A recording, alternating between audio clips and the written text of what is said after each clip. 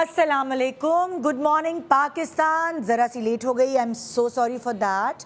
वैसे इन चीज़ों का ख्याल हम अपने बच्चों को पालने पोसने में रखते हैं कि वो कहीं लेट ना पहुँचें, एथिकली वो बहुत अच्छे से अच्छी परवरिश पाएँ, अच्छी से अच्छी तालीम लें, टेक्नोलॉजी के बारे में उनको सही नॉलेज हो, दुनिया के साथ कदम से कदम मिला के चल सकें, उनके अंदर प्रॉपर कॉन्फिडेंस लेवल हो। यानी जो बेसिक्स हैं उनकी ज़िंदगी की, जो नीड्स हैं, उनको पूरा करने के साथ हम बहुत सारी और चीज़ें ख़ास तौर पे आजकल के माँ बाप कोशिश करते हैं बच्चों को फ़राहम करने के लिए, ताकि उनकी लाइफ एक स्मूथ इन्वायरमेंट के साथ गुजर सके। लेकिन तभी कहते हैं ना, हम अपने बच्चों को उतना चालाक और उतना ख़बरदार नहीं कर पाते, नहीं बना पाते कि वो उनको अच्छे और बुरे की तमीज़ की जांच पड़ताल अपने एक्सपीरियंसेस के साथ आती है। हम उनको वो एक्सपीरियंसेस जो हमने लिए होते हैं वो इंड्यूस नहीं कर पाते, समझाते हैं, बताते हैं, लेकिन वो जो उनकी मासूमियत है हम उनसे नहीं छीनना चाहते। कभी कभार मासूमियत में अगर अवेयरनेस ना हो किसी चीज़ के बारे में, उसकी वजह से हमारे बच्चे भी फंस सकते हैं, हम भी फंस सकते हैं, कोई भी फंस सकता है। क्योंकि आपको पता नहीं है कि आजकल ईविल जीनियस लोग भी आपको नज़र आ रहे होते हैं। मैं तो उनको ईविल जीनियस ही कहती हूँ जो फ्रॉड करते हैं, क्योंकि ना डकैती है, ना गुंडागर्दी है, बल्कि किस तरह आपको अपने जाल में फंसा के मीठी मीठी बातों में बहला फुसला के फ्रॉड्स किए जा सकते हैं। और इसलिए आज का शो इस चीज़ के ऊपर करना ज़रूरी है, क्योंकि ये चीज़ दिन ब दिन बढ़ती जा रही है। अक्ल हैरान हो जाती है ऐसे ऐसे फ्रॉड्स हो रहे हैं सुन के कि ओ माय गॉड, ये दिमाग कहाँ से आया। और माशाल्लाह ड्रामे भी ऐसे बन रहे हैं कि उन ड्रामों से भी बड़े आइडिया मिलते हैं, लेकिन पकड़ दकड़ तो होती है। मतलब बुराई का ख़ात्मा तो है ही, चाहे आज हो या कल हो, होना तो है। और फिर कभी कभार इतने ये फ्रॉडिया बुरे फंस जाते हैं कि उन्होंने कभी सोचा भी नहीं होता कि उन्होंने अपनी लाइफ को अच्छा बनाने के लिए ये छलांगे लगाई थी, लेकिन ये सांप सीढ़ी का गेम है। वो ऐसे गिरते हैं कि फिर वो उठ नहीं पाते, हड्डियाँ उनकी जवाब दे देती हैं। सो आइए मैं आपको आज मिलवाती हूँ अपने शो पे मुख्तलिफ एक्सपर्ट से और मुख्तलिफ ऐसे लोगों से जिनके साथ ये चीज़ें हुई हैं, उन्होंने बेयर की हैं। वो अपने एक्सपीरियंसेस हमसे शेयर करेंगे ताकि अम्मा अब्बा ने ख़बरदार कर सके, लेकिन मैं तो करूँगी आपको ख़बरदार।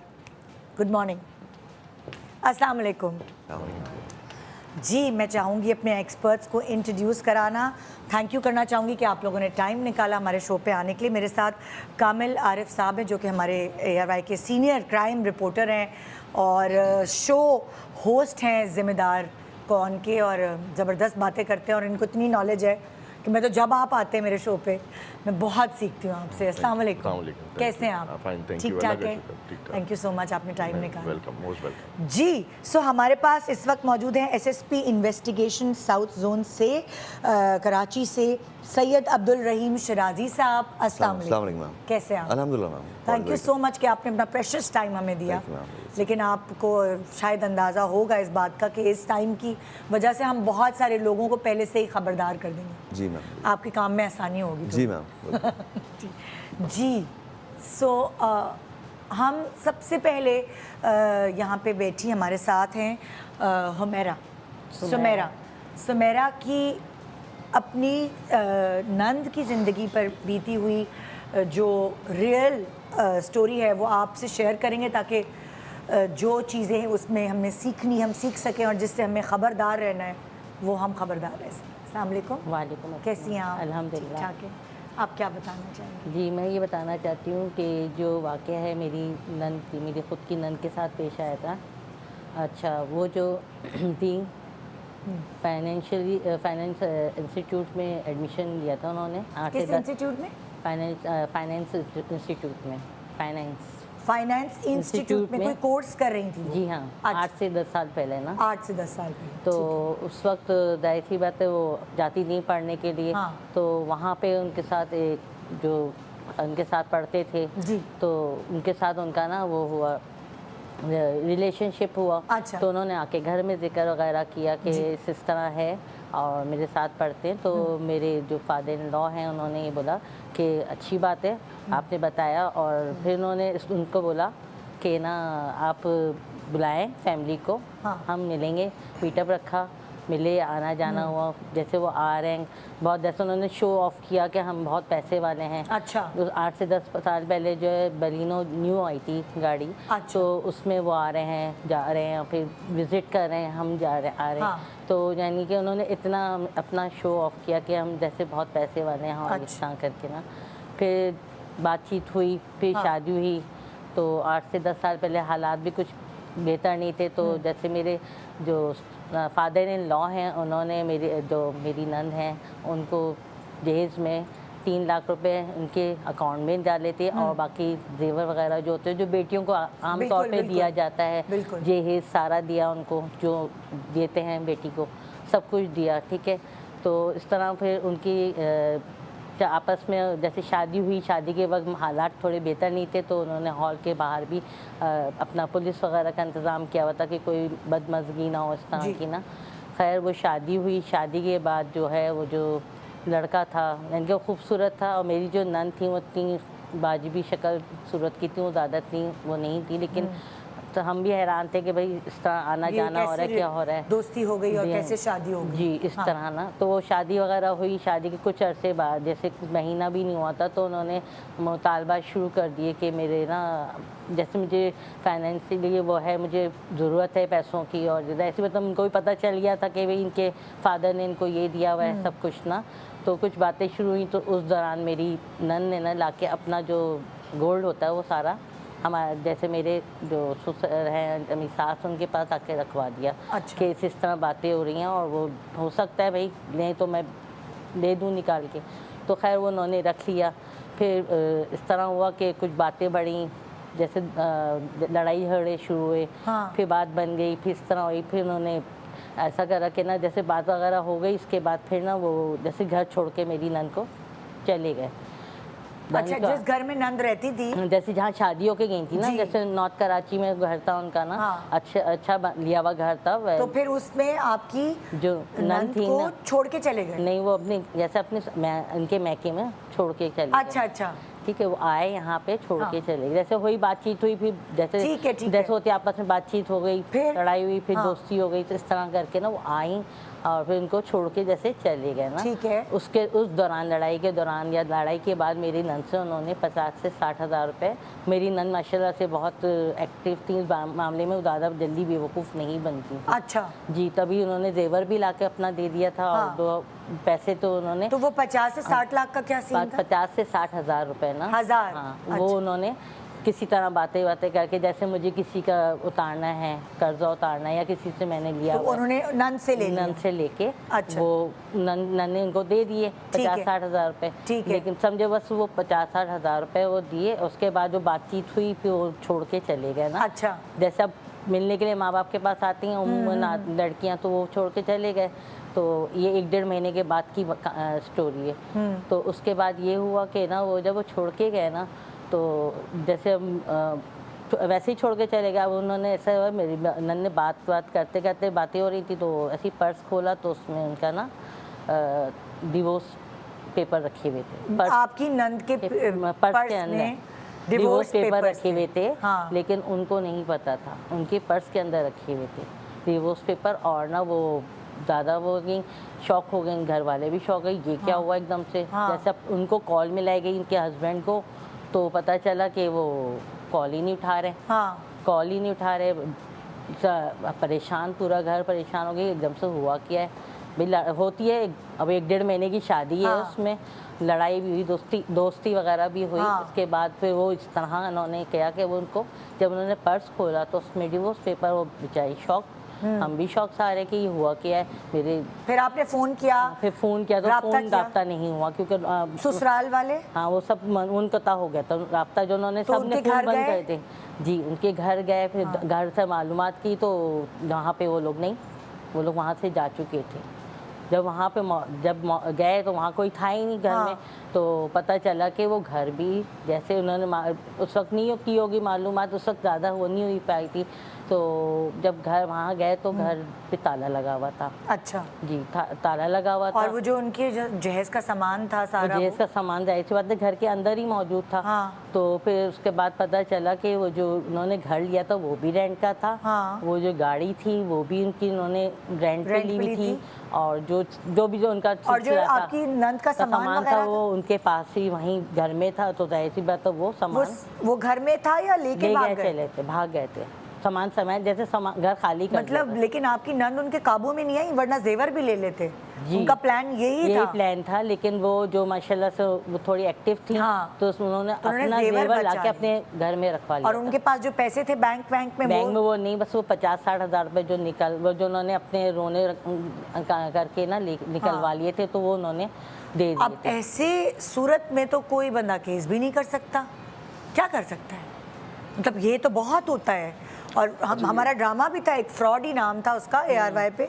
वो तो एक दिखाया था कि वो एक प्रोफेशनल फ्रॉडिया, पूरी फैमिली बनी हुई थी फेक। ये बेसिकली ग्रुप्स होते हैं और पूरे अच्छा। पाकिस्तान में है। इनकी भले तादाद बड़ी कम है, लेकिन ये ग्रुप्स हैं ये जो मुख्तलिफ फैमिलीज़ को टारगेट करते हैं, फिर उनसे शादियाँ करते हैं और उसके बाद इसी तरह से जो उनके हाथ लगता है वो लेते हैं, फिर उसके बाद लड़की को छोड़ देते हैं। बाकी शराजी साहब ने ऐसे केसेस इन्वेस्टिगेट भी किए जी हैं। शराजी साहब। जी मैम, ये वेरी अनफॉर्चुनेट ये है। इसमें मुख्तलिफ इसमें सोशल एस्पेक्ट्स भी हैं, लेकिन जो क्रिमिनल एस्पेक्ट है वो ज़ाहिर बात है, इनकी प्रॉपर्टी थी जो कि वो लेके गए। तो इन्होंने आई एम श्योर इन्होंने पुलिस में पता नहीं रिपोर्ट कराया कि नहीं कराया। आपने कराई थी पुलिस में? जी, रिपोर्ट भी कराई थी। उसके बाद ऐसी बात है वो जब चले गए मिले नहीं, फिर वो थोड़े कुछ अरसे के बाद नज़र आए थे बस से उतरते हुए। तो पता चला कि वो जहाँ पे रह रहे थे, फिर मोहल्ले वालों ने तब बताया कि ये इस तरह यहाँ पे रेंट पे रह रहे थे और रेंट पे ही सब कुछ करा हुआ था उन्होंने। तो जाहिर सी बात है जब वो गया तो सब कुछ समेट के जो घर का सामान था वो तो लड़की तो का ही मतलब था। वो मिल नहीं सके अभी नहीं, तक? वो नहीं मिल सके, मिले नहीं। ये वेरी अनफॉर्चुनेट कि नहीं हुआ इस पर, लेकिन अगर इन्होंने प्रॉपरली उसको फॉलो किया होता। और चूँकि ज़ाहिर बात है सादा लोग होते हैं, वो इतनी ज़्यादा ड्यू डिलिजेंस नहीं करते, समझते हैं कि हाँ। लोग शादी कर रहे हैं तो आ रहे हैं, खलूस से आ रहे हैं और नेक नीति से आ रहे हैं, लेकिन उनकी प्रॉपरली इंटेंशंस ठीक नहीं होती। तो इसके ऊपर तो इस तरह के फ्रॉड जो लोगों को कॉन करते हैं उनको बिल्कुल करना चाहिए और इनसे शेयर कर। आपने कोई ऐसी फैमिलीज हैं जिस तरह पकड़ी हैं, वो कोई ग्रोह पकड़ पाए हैं आप लोग? मैम, इस तरह बहुत सारे, जिस तरह कामिल भाई ने बताया कि बहुत सारे ऐसे हैं जो कि उनकी रूटीन होती है कि वो मुख्तलिफ शहरों में जाते हैं, शादियाँ करते हैं और जहाँ पर भी। अच्छा, जो इन्होंने ग्रुप्स बनाए होते हैं, जो ग्रोह होता है, ये इनके रियल फादर मदर ये नहीं रिश्तेदार होते, नहीं बिल्कुल होते? नहीं। ये बिल्कुल ये सारा सब पूरा एक गैंग है, पूरी ये एक्टिंग हो रही बिल्कुल है। हाँ, मेक बिलीव टाइप उनकी कोई सेटअप होगा, कोई बिजनेस होगा, कोई एक कारखाना अच्छा, होगा या कोई फैमिली भी इसमें होती हैं, जैसे पंजाब और पंजाब के जो रूरल्स एरियाज़ हैं वहाँ पे जो इस तरह की फैमिलीज़ हैं वो भी फ्रॉड करती हैं मिलके, कि वो अपने लड़के की शादी कराएंगे उसके बाद लौटेंगे। इसी तरह से लड़कियों की लड़कों से शादी करा के भी उनसे पैसे बटोर लिए जाते हैं। और ये इससे बड़ा फ्रॉड हो नहीं सकता। मतलब फाइनेंशियल फ्रॉड लोगों को बहुत तरह के होते हैं, बहुत तरह की यहाँ पे फ्रॉड्स की मिसालें मौजूद हैं, लेकिन इससे बड़ा फ्रॉड हो नहीं सकता कि आप लड़की से शादी करें, उसके बाद जहेज, पैसा, सेवर और उसकी फैमिली से जो हासिल हो सकता है वो लें और एक रात में जो है ना वो लड़की को छोड़ के। मतलब लाइक आपने पैसे तो ले लिए, पर वो इमोशनल ट्रॉमा में जिस तरह आप छोड़ के Exactly गए ऐसे ही। पूरी खानदान को, ऐसे ही है, जाहिर है बेटी के ऊपर एक वो कहते हैं ना धब्बा लग गया, इस तरह की बातें होती हैं। ऐसे ही है। सो अगर मैं आपसे ये पूछूं कि क्या क्या एहतियाती तदाबीर इस करनी चाहिए जब रिश्ता आए लड़की का, या कुछ इस तरह के सिनेरियो हो और आपका होता है ना कि कई बाहर वालों से आ गया, कोई आपस में रिश्तेदार बरादरी वाले होते तो वो लोग प्रेफर करते कि अच्छा हम खानदान में ही शादी कर दें। मैम, मैं सिर्फ एक ना इसमें probably I don't know whether ये मैंडेट है हमारे प्रोग्राम। ये देखें, पहले जो एक हिस्टोरिकली आपके प्राइमरी इंस्टीट्यूशंस थे जो कि शादियां सेट करते थे, फैमिलीज़ को जानती थी जी। जब से वहाँ से हमने डाइग्रेस किए और हमारे सेकेंडरी मैकेनिज्म आ गए हैं, ऑनलाइन पोर्टल्स और इस तरह, इसमें आप देखेंगे कि ज़्यादा जो हैं इस तरह के फ्रॉड्स हो रहे हैं। पिछले वक्तों में भी होते थे लेकिन कम होते थे बिकॉज फैमिलीज़ को वाकई जानती थी। अब पसंदीदगी की शादी ज़्यादा बढ़ गई है ना, पहले अरेंज होती थी तो वो पूरी जांच पड़ताल करके माँ बाप कहते थे कि अब लाइक फॉर एग्जांपल मेरी भी जब शादी हुई तो मेरे फादर ने, जबकि पूरी दुनिया जानती थी मेरे ससुराल को, मगर फिर भी उन्होंने अपने जिम्मेदारी के तहत पता करवाया था ये चीज़ वो चीज़ हर चीज़, क्योंकि आप इतनी कीमती चीज़ अपनी हवाले कर रहे हैं किसी और के, सो जो लेकिन मैम वो कहते हैं मुश्तरी होशियार बाश होता है, जो भी आप कर रहे हैं ट्रांजैक्शन कर रहे हैं, पहले अपनी ड्यू डिलिजेंस कर लें।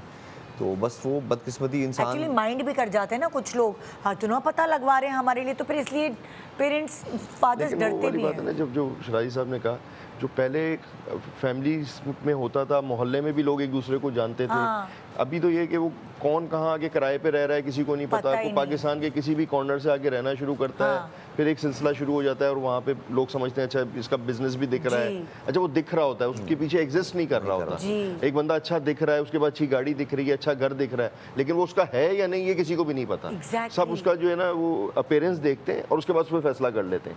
ये हमारा बड़ा प्रॉब्लम है कि हम उसकी अपीयरेंस देख के, अच्छा ये सिर्फ शादी के लिए नहीं है, लोग पैसा देते हुए उधार देते हुए भी आजकल ये देख लेते हैं कि इसकी अपीयरेंस तो बहुत अच्छी है यार, अच्छी गाड़ी में घूम रहा है, ये कहाँ जाएगा, फिर एंड में पता चलता है वो फ्रॉड हो गया और चीटिंग हो गई। Exactly, तो इस तरह के भी बहुत सारे केसेस हैं शराजी साहब की बिल्कुल। नॉलेज में होंगे। जी बिल्कुल, ये बिल्कुल बात कामिल मैंने इस तरह किया कि खासकर जो फाइनेंशियल ट्रांजैक्शंस होती हैं बिज़नेस में, वो बंदा नज़र आएगा कि जी बज़ाहिर इसका कारखाना चल रहा है, इसका रिटेल शॉप चल रही है, इंपोर्ट एक्सपोर्ट चल रहा है, हालांकि वो होता कुछ नहीं है, वो सिर्फ ऑप्टिक्स होते हैं। और सादा लोग जो होते हैं वो उनके साथ कुछ लोगों को ज़्यादा करने लूरन करने के लिए वो कहते हैं रिश्तेदार हो गए आप किधर भागेंगे, हाँ। लेकिन असल में तो पीछे उनकी पूरी कहानी होती है वो भी। अच्छा एक और चीज़ होती है, जैसे इन्होंने कहा कि इनकी नंद जो है और जिनसे शादी हुई थी उन पर्सनालिटी वाइज बहुत डिफरेंस था, तो कभी कभार ये भी चीज़ें जो है ना आपको आपकी आईब्रो उठाती हैं कि ओह अच्छा यार, क्योंकि हमेशा ऐसा होता है ना कि लाइक थोड़ा सा बैलेंस होना चाहिए। लेकिन देखें वो तो फिर वहाँ पे हम अगर इस तरह से कहेंगे तो बहुत सारे ऐसे आपको सक्सेसफुल कपल्स मिलेंगे जो आपस में मिसमैच हैं, हाँ। लेकिन वो सक्सेसफुल कपल्स होते हाँ। हैं। तो ये कि लेकिन ये एक जस्टिफाई वाली बात नहीं हुआ। है, लेकिन आपको फिर भी एहतियात करना ज़रूरी है कि आप पहले फैमिली देख लें। हाँ। अगर वो फैमिली एक यहाँ रहती है और उनके वो ये बताते हैं कि हमारा ख़ानदान पंजाब में सेटल्ड है, तो आप पहले देख लेंगे पंजाब में वो ख़ानदान सेटल्ड है भी या नहीं। और फिर सबसे बड़ी बात ये है कि आजकल सबसे आसान काम ये है कि जो ग्रुप्स होते हैं, आप उस लड़के का पहले पुलिस से क्रिमिनल रिकॉर्ड चेक कर लें कि भाई उसका कोई क्रिमिनल रिकॉर्ड तो मौजूद नहीं है। Okay। आप किसी भी पुलिस वाले के पास SHO के पास चले जाएं, पुलिस के अब तो हेल्पलाइन नंबर हैं, आप उनके ऊपर उसका NIC नंबर दें, अब चेक कर लें कि उसका कोई माजी में पाकिस्तान में कहीं क्रिमिनल रिकॉर्ड तो मौजूद नहीं है। Okay। हमारे यहाँ कोई अच्छा मैकेनिज्म नहीं है कि हम क्रिमिनल रिकॉर्ड को बड़ी आसानी से चेक किया जा सके, लेकिन फिर भी जो समझदार थोड़ी लोग जद्दोजहद करनी पड़ेगी। ऐसा नहीं हुआ रिश्ता आया एक्साइटेड हुए, कभी कभार ऐसा भी होता है ना कुछ लड़कियों के रिश्ते नहीं आ रहे होते और एकदम आता है तो एक्साइटमेंट होती है कि बस जल्दी से हाथ पीले कर दें, ऐसे ही है। सो वो उसमें फिर ये वाली चीज़ें बहुत ज़्यादा हो रही हैं। ऐसे ही है, बिल्कुल ऐसे। सो अब मैं दूसरे चीज़ की तरफ चलती हूँ, क्योंकि इतनी ज़्यादा जब हम रिसर्च कर रहे थे प्रोग्राम के तो इतने फ्रॉड्स और इतनी ऐसी चीज़ें नज़र आ रही थी कि अक्ल हैरान हो रही थी। फ्रॉड के तो हमारे पास पाकिस्तान में अगर हम इसके इश्यूज डिस्कस करने बैठें तो मेरा ख्याल में कि आज की ही तारीख में 1 लाख इश्यूज तो आपके सामने ऐसे ही आ जाएंगे, लोग फ़ोन करके आपको बता देंगे। और फ्रॉड सिर्फ एक तरह का नहीं है, सिर्फ शादी वाला फ्रॉड नहीं है, यहाँ पे हज़ारों किस्म के फ्रॉड्स हैं। मेरा ख्याल ये है कि सिर्फ साउथ पुलिस जो है ये इन्वेस्टिगेशन में कर रहे होंगे, इनके पास फ्रॉड के कितने केसेस पेंडेंसी में पड़े होंगे जिनको इन्होंने इन्वेस्टिगेट करना होगा, जो बाकायदा रजिस्टर्ड हुए हुए होंगे। बिल्कुल। तो फ्रॉड एक तरह का नहीं है, पाकिस्तान में फ्रॉड बहुत मुख्तलिफ तरीके से ये हो रहा है। देखिए ना, हम कितनी सारी ब्रांचेस आपको दिखा रहे हैं फ्रॉड की अपने एक शो पे ही। मेरे पास इस वक्त पर्दे के पीछे हिबा है मौजूद, और हमने किसी को भी फोर्स नहीं किया, जिसने सामने बैठना है सामने बैठे, जो पीछे बैठ के अपनी कहानी, बहुत सारे लोग अपनी नहीं बताना चाहते, हालांकि फ्रॉड बेचारों के साथ हुआ होता है, लेकिन शर्मिंदा वो इतने होते हैं कि वो नहीं दिखाना चाहते अपनी शक्ल। सो हमने उनको फोर्स नहीं किया, वो पर्दे के पीछे हैं, और वो उनके साथ क्या हुआ आइए सुनते हैं। जी हिबा। अस्सलाम वालेकुम। जी अस्सलाम वालेकुम। मेरी 2018 में हुई थी इंगेजमेंट। अच्छा। वो टोटली अरेंज था। मेरा रिश्ता आता है और वो लोग हमें ये शो करते हैं कि वो काफ़ी वेल ऑफ हैं, वेल सेटल्ड हैं, उनका पाकिस्तान में भी बिज़नेस है और इन फ्यूचर वो पाकिस्तान से बाहर भी अपना बिज़नेस सेटल करने का प्लान कर रहे हैं। ओके। तो बाबा को उन्होंने बातों में इतना अच्छे से घेर लिया था कि बाबा ने ज़रूरी नहीं समझा कि वो उनके बारे में कोई इन्फॉर्मेशन निकलवाएं। हाँ। थोड़ी बहुत निकलवाई थी बाबा ने, तो वो क्लियर निकले थे उस पॉइंट पे। तो कुछ टाइम के बाद जो है हमारी इंगेजमेंट हुई 2018 में, और हमने ये डिसाइड किया कि हम 1.5 साल के बाद शादी कर लेंगे। ओके। 1 साल के बाद मेरे फियांसे से मेरी काफ़ी अच्छी बॉन्डिंग हो गई, तो एक दिन उन्होंने रो धो के मुझसे ना कुछ पैसों की डिमांड करी। 1 साल बाद? हाँ, ये 1 साल के डिमांड जो अंदर। है वो 1 साल बाद हुई? तकरीबन 1 साल हाँ। के बाद। तो उस टाइम मेरे पास सेविंग्स थी, तो मैंने उनको वो पैसे दे दिए। कितने पैसे थे? अराउंड 15,000। अच्छा 15,000 जी ठीक है। वो मैंने दे दिए। उसके बाद जो है कुछ और टाइम गुजरा तो उन्होंने मुझसे फिर दोबारा डिमांड करी पैसों की। हाँ तो उस टाइम मुझे बाबा ने न्यू गोल्ड की चेन दी थी ओके। बना के, तो वो हाँ। मैंने सेल आउट करके घर में बिना बताए किसी को वो अमाउंट जो आई मेरे पास वो भी मैंने उनको दे दी। घर में मेरी बात किसी को भी नहीं पता था। ओके इन बिटवीन मेरी सास और मेरी नंद से इतनी अच्छी बॉन्डिंग हो गई थी कि वो भी मुझसे पैसे मांगती थी तो मैं उनको दे दिया करती थी, क्योंकि मेरे पास सेविंग्स बहुत सारी पड़ी हुई होती थी। तो क्या हुआ? सॉरी, कोई मसला है तो हम बाद में बात कर लें। No it's okay, it's okay. एक छोटा सा ब्रेक ले लेते हैं क्योंकि इंसान ना इमोशनली डिस्टर्ब हो जाता है तो फिर नहीं उससे आगे बोला जाता।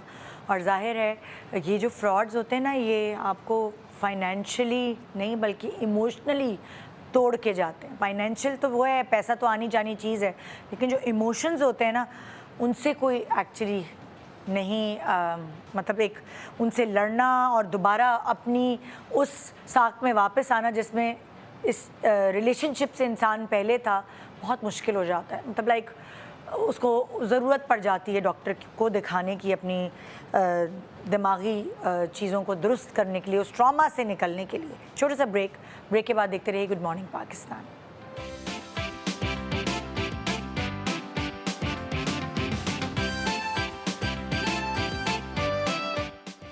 Welcome back good morning Pakistan. आप आज एक ऐसा शो देख रहे हैं जो आपको अवेयर करने के लिए है कि दुनिया में क्या क्या हो सकता है और हो रहा है। हिबा पर्दे के पीछे बैठी हैं और पर्दे के पीछे जाके जब मैं उससे मिली हूँ, क्योंकि मैं उससे पहले उससे मिली नहीं थी, तो मैंने उसको यही समझाया कि तुम्हें अल्लाह ताला ने बचाया है मगर तुमने दूसरी लड़कियों को बचाना है। जिस तरह जिस ट्रॉमा से तुम गुजरी हो उस ट्रॉमा से किसी और को नहीं गुजरने दो। तो उसने मुझे बताया कि ये अरेंज नहीं बल्कि लव मैरिज थी और हिबा ने कहा कि उसके पड़ोस में ये लड़के रहते थे और इस तरह उन्होंने इसको अप्रोच किया था। फिर इस तरह इसने लड़ झगड़ के घर वालों को तैयार किया कि मेरी इनसे शादी करें और इसकी ज़िद के आगे वो मजबूर हो गए। हिबा जहाँ से तुम नहीं बोल पाई थी वहाँ से तुम दोबारा शुरू कर सकती हो। फिर हिबा ने बताया कि एक साल तक वो बॉन्डिंग स्ट्रॉन्ग करते रहे। उसके बाद कभी जो इनके मंगेतर हैं वो पैसे मांग रहे हैं, कभी सास कभी नंद। अगर वो घूमने फिरने जा रहे हैं तो इनकी गाड़ी लेके जा रहे हैं कि फ़लाना अमेरिका से मेहमान आए हैं। सो वो बहुत ज़्यादा लालची वाक़े हो रहे थे। और आखिरकार जब हिबा ने अपने फादर को बताया तो हिबा तुम मुझे अब बता सकती हो कि जब तुमने अपने फादर को बताया फिर क्या हुआ? तो एक पॉइंट ऐसा आया कि मेरे पास भी पैसे नहीं, उन्होंने बाबा से भी जो है थोड़ा सा प्यार मोहब्बत करके बाबा से भी उन्होंने कुछ अमाउंट ली थी अपने बिजनेस के लिए। जब भी हम उनसे शादी की बात करते थे ना तो वो हमें यही बात बोलते थे कि अभी हमारा बिजनेस में लॉस हो गया है, अभी हम थोड़े से डाउन चल रहे हैं तो अभी हम शादी नहीं कर सकते। तो बाबा मेरा चेहरा देख के बाबा पूछ लिया करते थे कि भाई क्या प्रॉब्लम है और क्या नहीं। तो वो उस मोहब्बत में ही ना उनसे पैसे मांग लेते थे और बाबा ने उनको अराउंड 4 to 5 lakhs उन्होंने इन 7-8 सालों में दे दिए थे। खैर फिर जब 7-8 साल तुम्हारा रिलेशन उनसे रहा है? जी बिल्कुल। तो मेरे खुदा ये तो मतलब तुम्हारे बचपने से 7-8 साल वो तुम्हें इस तरह लूटते रहे। ये तो मैं अभी थोड़ी बहुत जितनी अमाउंट मुझे याद है मैं वो बता रही हूँ। जो बाबा ने दी है, जो मैंने दी है वो बिल्कुल अलग है। वो तो मुझे अब याद भी नहीं है कि कितनी मैंने उनको दे चुकी हूँ अमाउंट। और वो क्या तुम मतलब लाइक वो उनके पास जाके तुम वसूली नहीं कर सकती? वो किधर है क्या है तुम्हें पता है? कुछ नहीं पता क्योंकि वो हर 6 से 5 महीने में वो अपना घर बदलते रहते हैं। और वो जो 7-8 साल से तुम लोगों का था आपस में मंगनी, क्या वो तब भी इसी तरह घर बदल रहे होते थे? जी बिल्कुल, वो ऐसे ही घर बदलते थे। 6 महीने कभी किसी एरिया में रह रहे हैं तो कभी किसी एरिया में रह रहे हैं, इस तरीके से वो घर बदलते थे। या मेरे अल्लाह। और अब वो कहाँ हैं तुम्हें नहीं पता? अब मुझे नहीं पता वो कहाँ हैं, लेकिन अभी तकरीबन 2 साल पहले मेरी उनकी सास से बात हुई थी। मैंने उनको कांटेक्ट निकलवाया था सास का, दादी का लड़की की। तो वहाँ से पता चला था कि ये तो हर किसी के साथ ऐसा ही करते हैं, आप पहली लड़की थोड़ी हैं बेटा। मेरा बेटा और मेरा बहू ऐसे ही करते हैं सबके साथ। कभी अपने पार्टनर से पैसे लूट के भाग जाते हैं, कभी किसी लड़की को उससे मंगनी करके उससे पैसे लेके भाग जाते हैं। अभी ये नहीं पता कि इनकी फैमिली अभी पाकिस्तान में है भी है या नहीं है, लेकिन हाँ ये मुझे ज़रूर पता चला है तकरीबन 1 महीना पहले कि अब उनकी जो है मंगनी किसी और लड़की से हो गई है दोबारा। और तुम उस लड़की को अवेयर करो ना, फिर जाके बताओ कि तुमने क्या बेयर किया है इतने साल। मैं काफ़ी टाइम में यही उस लड़की को सर्च करने की कोशिश कर रही हूँ कि वो कहाँ है, कहाँ रहती है, कुछ भी नहीं पता चल रहा उस लड़की के बारे में, किससे मंगनी की है ये भी नहीं पता। ठीक है, थैंक यू बेटा ये सब बताने का। अब अगर आप देखा जाए बज़ाहिर मतलब अगर हम पुलिस के पास जाएं शिकायत करने तो ये फ्रॉड नहीं नज़र आएगा। ये कहेंगे भाई अच्छा रिश्ता था, रिश्ता ख़त्म हुआ, क्योंकि कोई सबूत नहीं है ना कि इन्होंने कितने पैसे उनको दिए, कोई लिखत पढ़त तो हुई ही नहीं। जी मैम, ये बेसिकली जो मुझे बात समझ आई है, basically it's not a criminal offence, ये जो सिविल रॉन्ग है इसमें प्रॉब्ली ये शायद सिविल कोर्ट जा सकते हैं। लेकिन जिस तरह पहले आपके शो आपसे बात हुई और आपने इसका किया कि इनको चाहिए कि इनको जब वो देख रहे थे कि हर 6 महीने के बाद वो घर शिफ्ट कर रहे हैं जी। तो उनको जो ड्यू डिलिजेंस उन्होंने बाद में करके पता उनको चल गया कि पहले फ्रॉड करते हैं। अगर पहले इतनी वो अपनी तदबीर कर लेते तो उनको पता चला था कि ये लोग जो हैं हाँ। एतबार के काबिल नहीं हैं। और किसी भी रिश्ते में लड़के का लड़की से उनके ससुराल से पैसे मांगना हमारे माशरे में मायूब समझा जाता है, तो इनको इस चीज़ के ऊपर थोड़ा सा चौकन्ना होना चाहिए हाँ। था। और उनको उस वक्त ये होता है ना बच्चियों की जब बॉन्डिंग हो जाती है तो आंखों पे पट्टी बन जाती है, सो वो उनको फिर बाद में चीज़ें नज़र आती हैं जब वाज़े होती हैं। ये बहुत सारी बच्चियों के साथ हो रहा है और इमोशनली भी उनको तोड़ के जा रही है ये चीज़। ये ज़्यादा ट्रॉमेटिक है, इमोशनल जिस तरह आपने बात की। और because if you get the feeling that you are being used just for financial gains, तो वो I think is very traumatic. तो इसमें लेकिन आपके प्रोग्राम की तवज्जो से लोगों को ये है कि वो जब भी इस तरह की कोई बहुत इंपॉर्टेंट डिसीजन है तो ड्यू डिलिजेंस करें और इमोशंस के साथ साथ थोड़ी रैशनैलिटी को भी रखें मद्देनज़र कि जब रिश्ता कर रहे हैं फैमिलीज़ का तो वो देख लें कंपैटिबिलिटी। और जो है वो इस तरह कामिल भाई ने बताया कि the first starting point is कि आप पुलिस में जाके उसका क्रिमिनल रिकॉर्ड चेक करें। अल्हम्दुलिल्लाह अभी पूरे पाकिस्तान के जो क्रिमिनल CROs हैं वो इंटीग्रेटेड हैं, तो आपको जो सिंध के 6-7 क्रिमिनल्स का डाटाबेस है, पंजाब के 14-15 और KP के, इस्लामाबाद के, इट्स ऑल इंटीग्रेटेड। आप जाके देखेंगे तो आपको पता चलेगा कि वो बंदा सिंध में, पंजाब में, KP में, बलूचिस्तान में कहीं पर उसका क्रिमिनल रिकॉर्ड है। तो आपको at least that is a starting point. और उसके बाद आप इजाफी अपनी जो ज़ाहिर बात है ग्राउंड जो आपने पता करना अच्छा, बहुत सारे मैरिज ब्यूरोज जो हैं उनका बाकायदा बिजनेस चल रहा होता है और कभी कभार उनके थ्रू भी इसी तरह के फ्रॉड्स जिसे आप कह लें वो बहुत सामने आते हैं। तो कभी आपने कोई ऐसा केस पकड़ा है कि मैरिज ब्यूरो भी इसमें मुलव्वस हो? जी मैम, इसके अंदर बहुत सारे इस तरह के फ्रॉड्स, फाइनेंशियल फ्रॉड्स भी आए हैं और उसके बाद और तरह के इश्यूज होते हैं। फॉर एग्जांपल डोमेस्टिक वायलेंस का बहुत ज़्यादा होता है कि जी पहले और रोज़ी पिक्चर दिखाई गई और उसके बाद बच्ची गई तो उसको मतलब फ्रॉड किया और जब उसने पैसे नहीं दिए तो फिर उसके ऊपर बहुत ज़्यादा टॉर्चर किया गया, मारपीट की गई। और बदकिस्मती से हमारा जो एक माशरी इक़दार है हमारे कि जी बताती नहीं, बच्चियाँ सफ़र करती रहती हैं, बताती नहीं हैं और फिर वो बेयर करती रहती हैं और फिर इवेंचुअली किसी एक टाइम पे आके वो बताती हैं कि जी हमारे साथ तो बहुत ज़्यादा फिजिकल अब्यूज़ भी होता रहा हमारे साथ, इमोशनल अब्यूज़ और फाइनेंशियल अब्यूज़ के साथ साथ। तो उसका ये है कि जब भी इस तरह का कोई हो, अब बहुत सारे इसमें जो हैं वो सिंध में ख़ास तौर पे डोमेस्टिक वायलेंस का एक कानून है जो कि किसी और सूबे में नहीं है। और it is a very comprehensive law.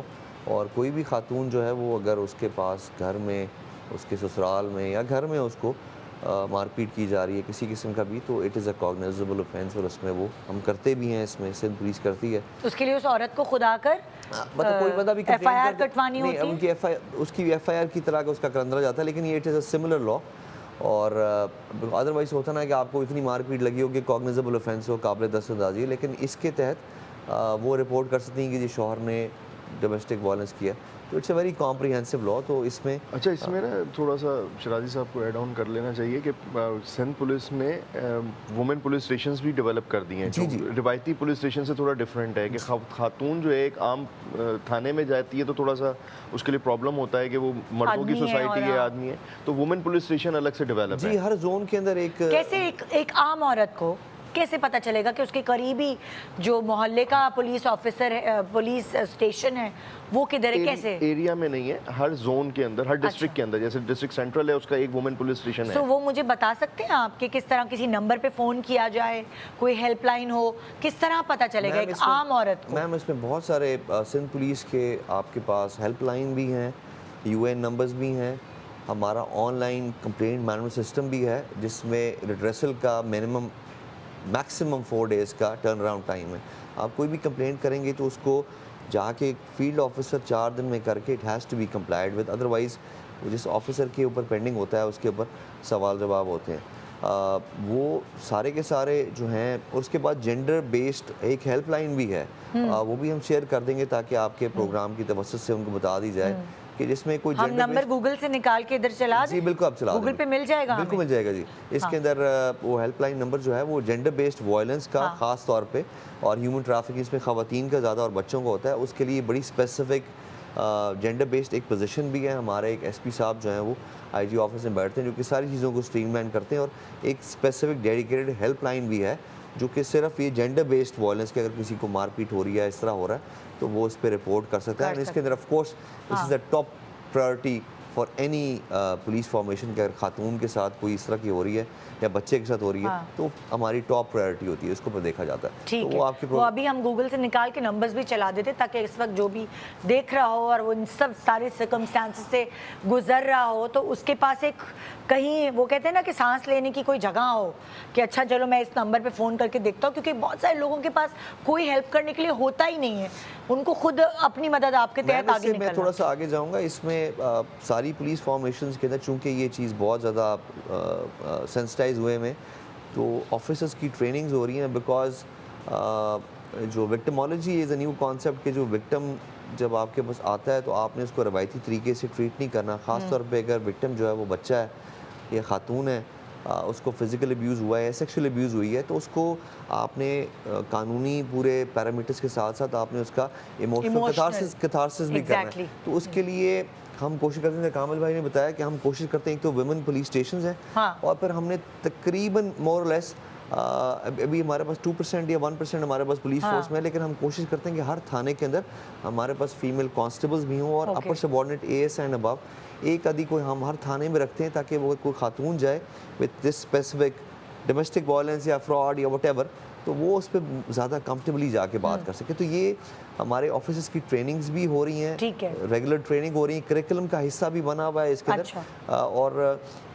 साथ उनको सेंसिटाइज भी किया जाता है। अच्छा, मैं अब मतलब दूसरे टॉपिक की तरफ आना चाहूँगी, क्योंकि इतनी सारी चीज़ें हैं जो फ्रॉड के ज़िम्मे में आती हैं। यहाँ मेरे साथ बैठे हुए हैं जुनैद, और जुनैद के साथ क्या हुआ आइए उनसे सुनते हैं। जी जुनैद।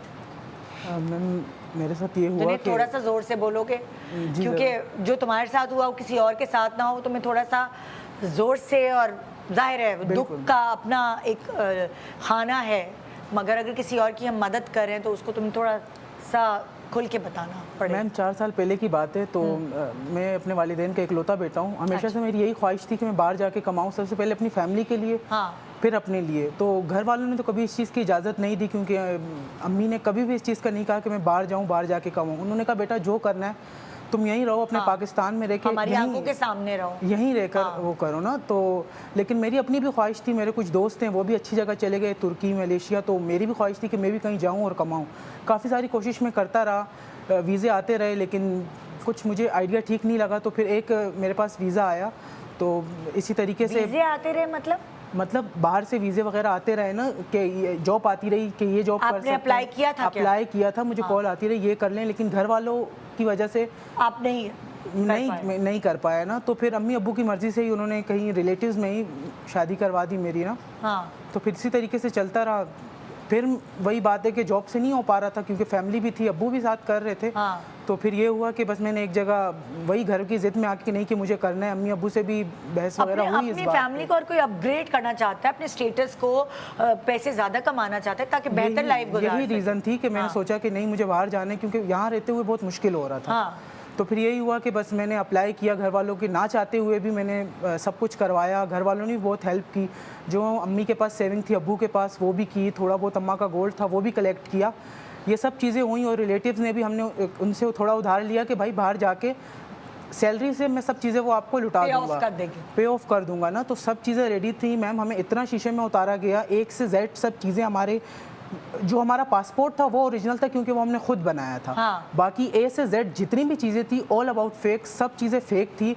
उसमें हमारा यहाँ तक कि एरोप्लेन का टिकट, हमारा सीट नंबर, सब चीज़ें हमें दी गई थी, लेकिन दे ऑल फेक, कुछ भी रियल नहीं था, वो सब फेक था। 2 दिन बाद की हमारी फ़्लाइट थी। इस हद तक हम लोग इतने दिन तक हम बेवकूफ़ बन और आप चुके किधर थे। जा रहे थे? सऊदिया।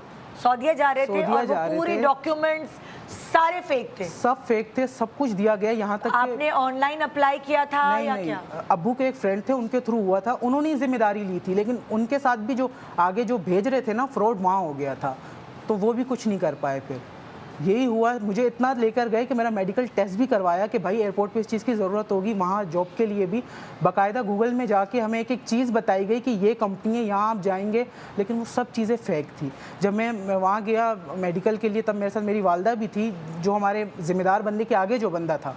उनको जब देखा तो अम्मी तो शुरू से इस चीज़ के ख़िलाफ़ थी, मेरी बेटा नहीं जाओ, और मेरा दिल नहीं मान रहा, वो शुरू से यही कह रही थी कि बेटा ये सब फेक है। तो नहीं सुनी मैंने, अपनी भी ज़िद थी। एक्चुअली मैं जाना ही अपनी फैमिली के लिए और अपने लिए चाहता था, तो मैंने कहा बस मुझे जाना है। जब अम्मी ने उन बंदे को देखा तो उन्होंने कहा बेटा ये बंदा मुझे ठीक नहीं लगता है, अभी भी टाइम है, आप रुक जाओ। 3 से 4 किस्तों में हमसे पैसे लिए गए, 6.5 लाख रुपए। 6.5 लाख रुपए लिए गए। हमने उनसे इतनी भी बात की कि आप हाफ़ पेमेंट ले लें, हाफ़ आप वहाँ से हमारी पैसे काट लीजिएगा, लेकिन इस बात पे बात नहीं। उन्होंने कहा जो पेमेंट है ये यहीं से वीज़ा के थ्रू और ये सब चीज़ें होंगी। तो इस हद तक हमारे साथ ये फ्रॉड हुआ। मेडिकल हुआ, सब चीज़ें हुई, मेहमानों से मिल लिया, घर पे दावत हम लोगों ने की। तो लेकिन अच्छा मेरे पास ये अल्फाज नहीं है वो जो सब बाहर बताने जाने वाला को। फ्रॉड है ना, इनके साथ तो शायद छोटा फ्रॉड हुआ है 6 लाख रुपए का। लोगों के साथ 20-20 40-40 लाख रुपए का फ्रॉड होता है। Oh my और जो God! यूरोप जाना चाहते हैं, जो अमेरिका जाना चाहते हैं, अब अमेरिका जाएंगे उतना बड़ा फ्रॉड है, जो यूरोप जाने के ख्वाहिशमंद लोग हैं उनके साथ उतना बड़ा फ्रॉड है। तो ये पाकिस्तान में सबसे बड़ा फ्रॉड है, और ये पंजाब में बहुत ज़्यादा होता है, कराची में ज़रा थोड़ा कम होता है, सिंध में थोड़ा कम होता है। ये पंजाब में तो रूटीन की प्रैक्टिस है। आप वो पता चलेगा गांव से जो है 10 लोगों से 10-10 लाख रुपए जमा किए और 1 करोड़ रुपया लेके एक बंदा जो है यूरोप के नाम पे ले गया। अच्छा, इसमें वो बेचारे जो बाहर जाना चाहते हैं एयरपोर्ट पे FIA क्या तो पकड़े भी जाते हैं, क्योंकि वो जाली वीज़ा लगा देते हैं, उनको एक टिकट जाली पकड़ा देते हैं। जब वो FIA के काउंटर पे जाते हैं पता चलता है जी वो जाली वीज़ा लेके जा रहे थे। तो ये बहुत बड़ा स्कैम है, पाकिस्तान का एक बड़ा स्कैम है जी। बाकी शराजी साहब ने मैम, इसमें तो मैं बड़ा इस पे ज़्यादा बात हो सकती है। ये जो 2 बातें, एक तो लीगल फ्रेमवर्क की बात करते हैं, पाकिस्तान कुछ यूनाइटेड कोई इंटरनेशनल ऑब्लिगेशन का सिग्नेटरी है। 2018 में एक कानून बना था जिसको कहते हैं prevention of trafficking in person. पहले हम समझते थे कि ह्यूमन स्मगलिंग, ट्रैफिकिंग का मतलब मुल्क से बाहर किसी को लेके जाने की कोशिश करें तो वो कानून में जुर्म है। लेकिन अगर आप पाकिस्तान के अंदर भी किसी को उसकी मर्ज़ी के बगैर एक शहर से दूसरे शहर में लेके जाएं 2 कामों के लिए, जिसको जबरी मुशक्क़त या जिनसी इस्तेसाल, फोर्स लेबर या सेक्सुअल एक्सप्लॉयटेशन, तो ये ट्रैफिकिंग इन पर्सन के ज़ुमरे में आता है और उसको पुलिस करती है। और अगर मुल्क से बाहर इस तरह भाई का केस है तो एक तो उनसे मेरी बड़ी बात है कि हमारा मुल्क बहुत अच्छा मुल्क है, जितने आप पैसे लगा रहे थे 6-7 लाख रुपए, तो आप छोटा मोटा को कारोबार पाकिस्तान में शुरू कर सकते थे जिस पे आपको अच्छा जितना वहाँ कमाते शायद उससे बेहतर कमा लेते। एक तो इसमें फिर वंस अगेन मैम जिस तरह कामिल भाई ने बात की, तो ये फ्रॉड कुछ एरियाज़ हैं पंजाब के जो बहुत नटोरियस हैं। आपको पता होगा रिसेंटली भी पाकिस्तान के कुछ लोग ग्रीस के उस चैनल में वो किश्ती डूब गई थी, उसको यूरोप में मेनलैंड में वो डंकी लगा के जाते हैं, यहाँ से इलीगली लेके जाते हैं और वहाँ से उनको क्रॉस कराते हैं और फिर आगे जाके वो असylum ले लेते हैं। तो इनको चाहिए था कि ये जब वो जा रहे थे तो उसकी पूरी जो है वो छाँच पटक करते उसकी, और जो कि उन्होंने नहीं की उन्होंने। और वो गुजरात के कुछ बहुत नटोरियस एरिया है पंजाब का जहाँ पर ये बहुत ज़्यादा होता है, ह्यूमन स्मगलिंग का, ह्यूमन वो कह रहे हैं कि ट्रैफिकिंग का। इतना रियल डॉक्यूमेंट्स और सारी चीज़ें, जब एक पढ़े लिखे लड़के को वो लोग ठग सकते हैं, तो अब आप कह रहे हैं जो बेचारे ड्राइवर तबका है या मजदूर तबका है, तो वो तो इतने एजुकेटेड भी नहीं होते, उनको ठगना तो कोई लेकिन मुश्किल बात ही नहीं है। जो जेन्युइन जॉब ऑफर करेगा ना, वो बड़े पैसे नहीं मांगेगा। जो जेन्युइनली आपको जॉब ऑफर करेगा वो कभी आपसे 6 लाख 10 लाख नहीं मांगेगा।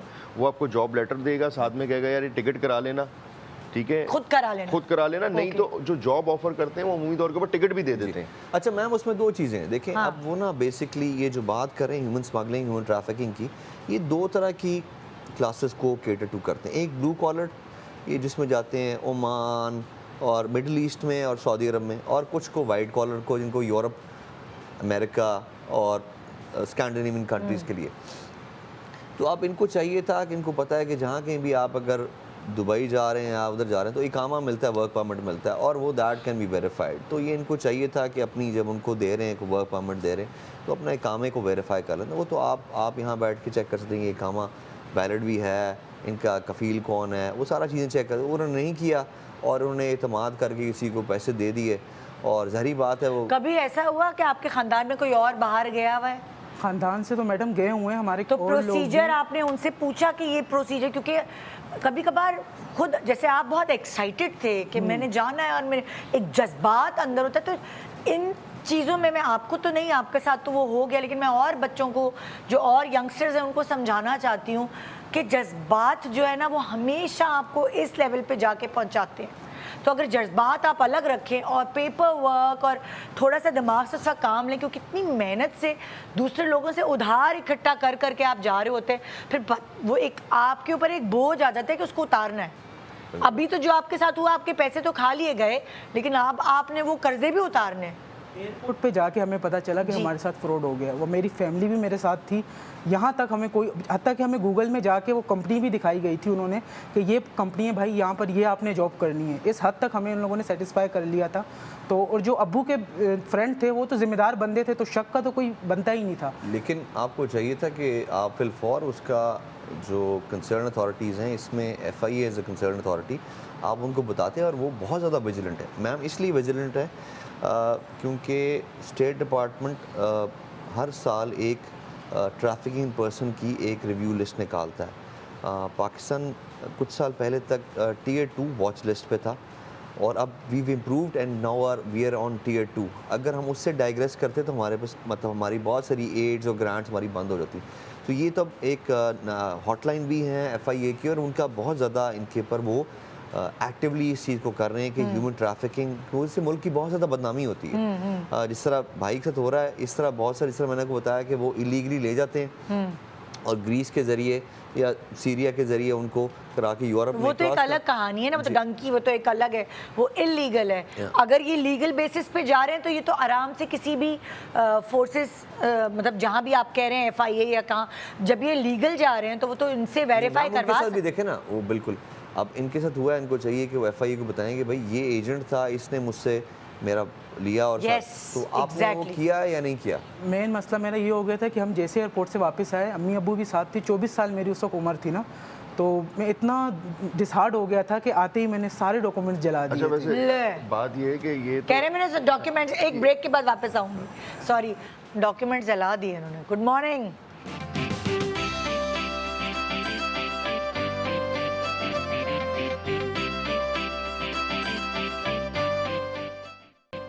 Welcome back, good morning Pakistan. अभी पिछले सेगमेंट में हमने बात की कि कैसे लोग फ्रॉड करते हैं, वीज़े का झूठा बहाना या वीज़े के ख्वाब दिखा के। अभी तो ये तो बड़ी बात थी, डॉक्यूमेंट्स दिए। हमारा एक पुराना ड्राइवर था, उसने एक बेचारे जो नहीं सफाई वफाई करने वाला आता है, उसको शीशे में उतारा और उससे कोई 1 लाख ले ली कि मैं तुम्हें दुबई भिजवाऊंगा। वो ड्राइवर को हमने किसी वजह से निकाल दिया, कोई ऐसी मामलात हुए थे।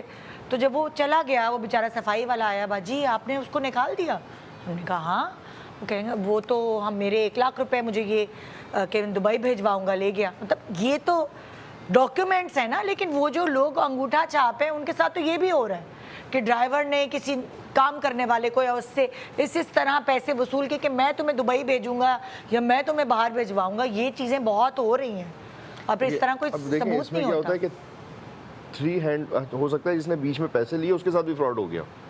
सिर्फ उसको लालच होगी इससे मुझे 5,000 10,000 मिल जाएंगे एक्स्ट्रा, उसने हाँ। आगे किसी को कहा होगा, उसने कहा होगा मैं भेज yes, देता हूँ, हाँ। तो उसने कहा अच्छा तुम 50-60 हज़ार मुझे दे देना, 10-20 हज़ार तुम्हारा कमीशन हो जाएगा, हाँ। उसको मैं दुबई भेज दूंगा। हाँ। तो अब लोगों को एक बड़ी सिंपल सी बात समझने की है कि जो बाहर जाना चाहते हैं, बाहर जॉब करना चाहते हैं, अगर उनके पास बाहर कोई जॉब नहीं मिल रही या बाहर जॉब करने, जैसे दुबई है, हाँ। अब दुबई के लिए उसने टिकट तो लेनी है ना, आप टिकट लेके वीज़ा लेके आप चले जाएं, वहाँ जाके प्रैक्टिकल सर्च कर लें, आपको कंपनी जॉब लेटर भी देगी, वीज़ा भी देगी, अकामा भी देगी, वेरिफिकेशन भी होगी। हाँ। लेकिन लोगों को क्योंकि समझ नहीं है। अब जो आपने कहा कि लेबर जो तबका है हमारा, असल में उसके पास इंफॉर्मेशन का फुकदान है और वो टेक्नोलॉजी को नहीं जानता, लोग वेरिफिकेशंस नहीं जानता, उसका लोग फ़ायदा उठा लेते हैं। वो भाई एक जेन्युइन चीज़ कुछ लोगों को तो जेन्युइन मिल जाती है, जॉब को वहाँ मजदूरी के लिए लोग जाते हैं, गाड़ी चलाने के लिए जाते हैं और 10 तरह के बिजनेस करने। और फिर एक तबका ये है, फिर बाहर बैरून मुल्क जाने वाला एक वो तबका है जो स्टूडेंट वीज़े के ऊपर जाता है और फिर वहाँ पढ़ता है। फिर एक तबका वो है जो अच्छी मल्टीनेशनल कंपनियाँ, बड़ी कंपनी में, वो थोड़ा कम है हमारे यहाँ। लेकिन जो पढ़ा लिखा है ज़ाहिर है उसको तो प्रॉब्लम है ही नहीं, वो तो खुद अप्लाई करता है, खुद मेल के ऊपर चीज़ें लेता है, एम्बेसी से वेरिफिकेशन करता है, एम्बेसी जाता है इस पूरे। फिर एक तबका वो है जिसने ये कॉन्सेप्ट लिया हुआ है कि मुझे यूरोप जाना ही आना है। अब उसके लिए चाहे उसको पता भी हो कि ये मुझे गैर कानूनी रास्ते से लेके जाएगा, वो समंदर के रास्ते से लेके जाएगा, मुझे एक छोटी शिप में बिठाएगा, फिर वो ज़िंदगी दाव पे लगाता है अपनी जी। यूरोप पहुंचने के लिए। जी। अभी जैसे उन्होंने ग्रीस का तस्करा किया, वो समंदर में जो लॉन्च डूब गई, उसमें कितने पाकिस्तानी जो हैं वो ज़िंदगी से हाथ धो बैठे और कितने जो हैं वो रेस्क्यू करना पड़ा उनको, और कितने तो इतने मर जाते हैं, समंदर में ही डूब के मर जाते हैं, इनकी डेड बॉडीज़ भी नहीं मिल पाती। लेकिन क्या है उनका कॉन्सेप्ट क्या है, यूरोप जाना है। अच्छा, यूरोप जाने के लिए उनको पता होता है कि मुझे इस गैर कानूनी रास्ते से जाना है, और ये तादाद बहुत छोटी नहीं है, लाखों में है। यानी कि पाकिस्तान से लाखों की तादाद में लोग यूरोप जाने के लिए गैर कानूनी रास्ता इस्तेमाल करते हैं, ज़िंदगी का दाव पे लगाते हैं, रिस्क लेते हैं, जुआ खेलते हैं, और फिर वो कुछ कामयाब हो जाते हैं, कुछ पकड़े जाते हैं, कुछ डूब के मर जाते हैं। बिल्कुल, तो बड़ा अनफॉर्चुनेट है ये। हाँ बिल्कुल जी। सो मैं चल रही हूँ दूसरी तरफ। शाजिया इस वक्त मेरे पास यहाँ मौजूद हैं, और शाजिया हमसे क्या डिस्कस करना चाहेंगे? जी अस्सलाम वालेकुम शाजिया। जी वालेकुम अस्सलाम। मेरे साथ मसला ये है कि शाजिया थोड़ा सा ज़ोर से बोलना होगा प्लीज़। आप लोगों को आवाज़ आ रही है?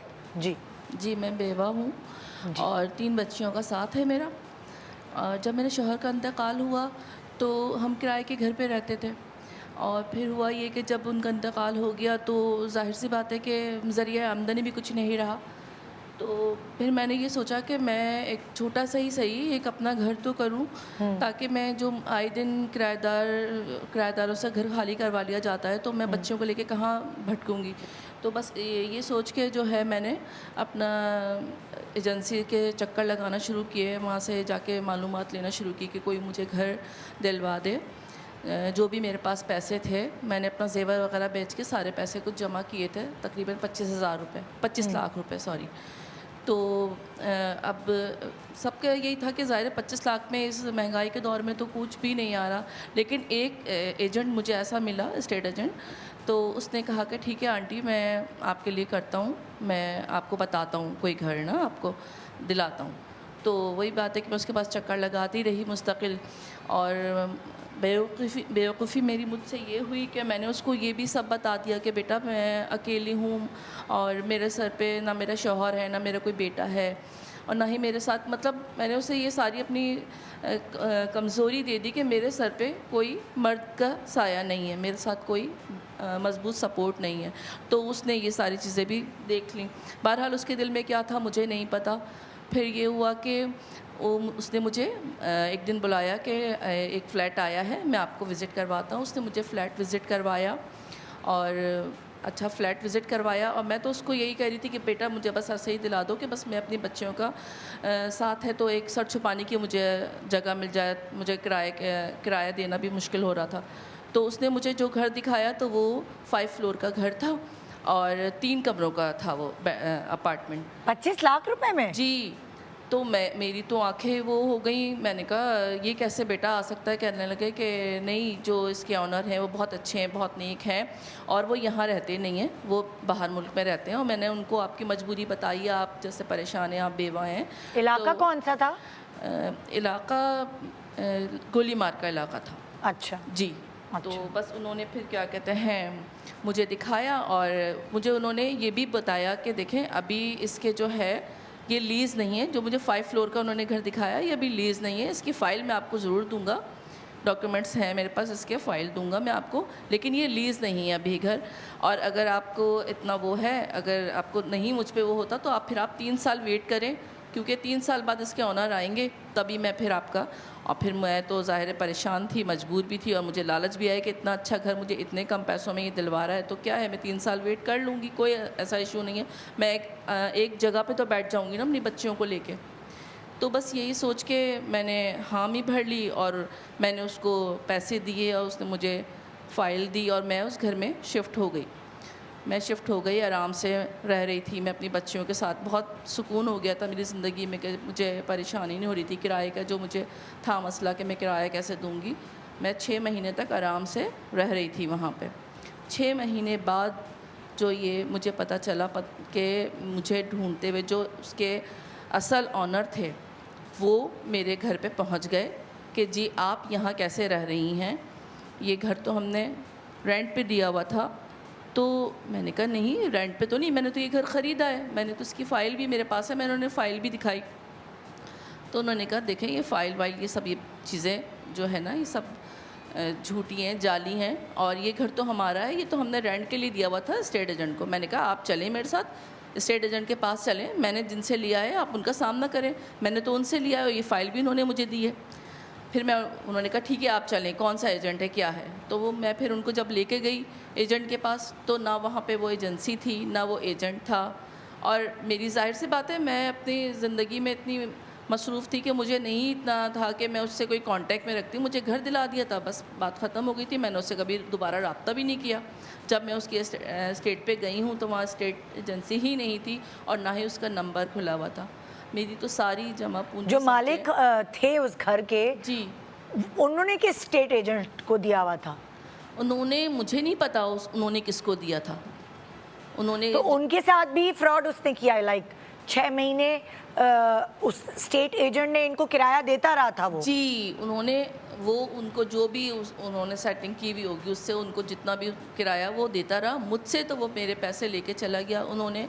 फिर वही बात है कि उन्होंने तो मुझे बताया कि ये तो है ही नहीं ना, मतलब, और था भी, और मेरे पास कोई ऐसा ऑथेंटिक, मेरे पास कोई कागज़ नहीं था, कोई लिखत पढ़त नहीं, बस एक फ़ाइल उसने मुझे पकड़ा दी थी। मैं भी ज़ाहिर से, मैं इतनी पढ़ी लिखी नहीं थी, ना ही मेरे कोई घर पे मेरा कोई मर्द था या मेरा शौहर था जिससे मैं ये सारी चीज़ें, या कोई मेरा ऐसा साथ ही नहीं था। मैं अकेली औरत, मैं किस पे भरोसा करती। मैंने किसी को इस चीज़ में इन्वॉल्व ही नहीं किया।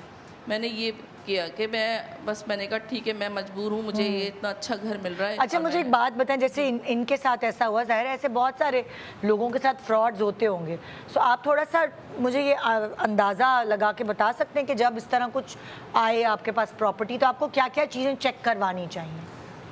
मैम इसमें बड़ी सिंपल बात है कि जो भी है, इसमें एक सब रजिस्ट्रार का ऑफिस होता है, जहाँ पर आपने कोई भी रेवेन्यू का रिकॉर्ड है, आप उसकी जांच पड़ताल करने के लिए वहाँ से आप वेरीफाई करते हैं। और जहाँ कहीं भी इंतकाल होता है या जिसको म्यूटेशन कहते हैं, वो बेसिकली सब रजिस्ट्रार के दफ्तर में होता है। फॉर एग्जाम्पल अगर कामिल भाई से कोई प्लॉट लेता हूँ या कोई घर लेता हूँ, तो वहाँ पर जाके उसकी डॉक्यूमेंटेशन होती है। जितनी भी रजिस्टर्ड सोसाइटीज़ हैं जो घर बना के बेचती हैं, बेशक वो KD हो, KMC जो भी हैं, उनके एक अम्ब्रेला के नीचे सब रजिस्ट्रार का दफ्तर होता है, जहाँ पर जाके बहन को चाहिए था कि वहाँ पर से जाके तस्दीक करती।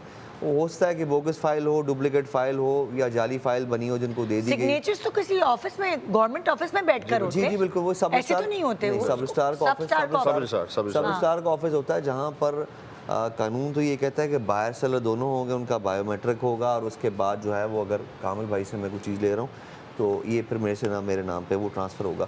तो चूंकि वो बहन को इस तरह का उनका तो एक्सपोजर इसीलिए मैं चाहती हूँ कि जो इन बहन के साथ हो देखिए, किसी और उसका- बहन के उसका साथ हो। तरीक़ेकार ये होता है जी। कि अगर आप कोई प्रॉपर्टी खरीद रहे हैं तो पहले आप उसका टोकन करते हैं ठीक कि है। जी ये मिसाल है इन्होंने 25 लाख का लिया तो ये 1 लाख रुपए देंगी, हाँ। या कोई भी लेगा 1 लाख रुपए उसको देगा, उसके बाद ये एक एग्रीमेंट साइन हो जाएगा ठीक एक है। पेपर के ऊपर कि जी मैंने इनसे इतनी रुपए में ये चीज़ ली है, ठीक और वो उसके अपने घर की पेपर्स की फोटोकॉपी देगा और मैं मुतल्लिका इदारे में लेके जाऊंगा और उसको पहले वेरीफाई कराऊंगा ओके। कि जी मैं रहीम साहब हैं, शराजी साहब हैं, इनसे ले रहा हूँ, ये इनका CNIC नंबर है, ये इन्हीं के नाम है। वो कहेंगे जी ये फाइल सही है, इन्हीं के नाम है। ठीक ओके, है, ये आप कहाँ लेके जाएंगे?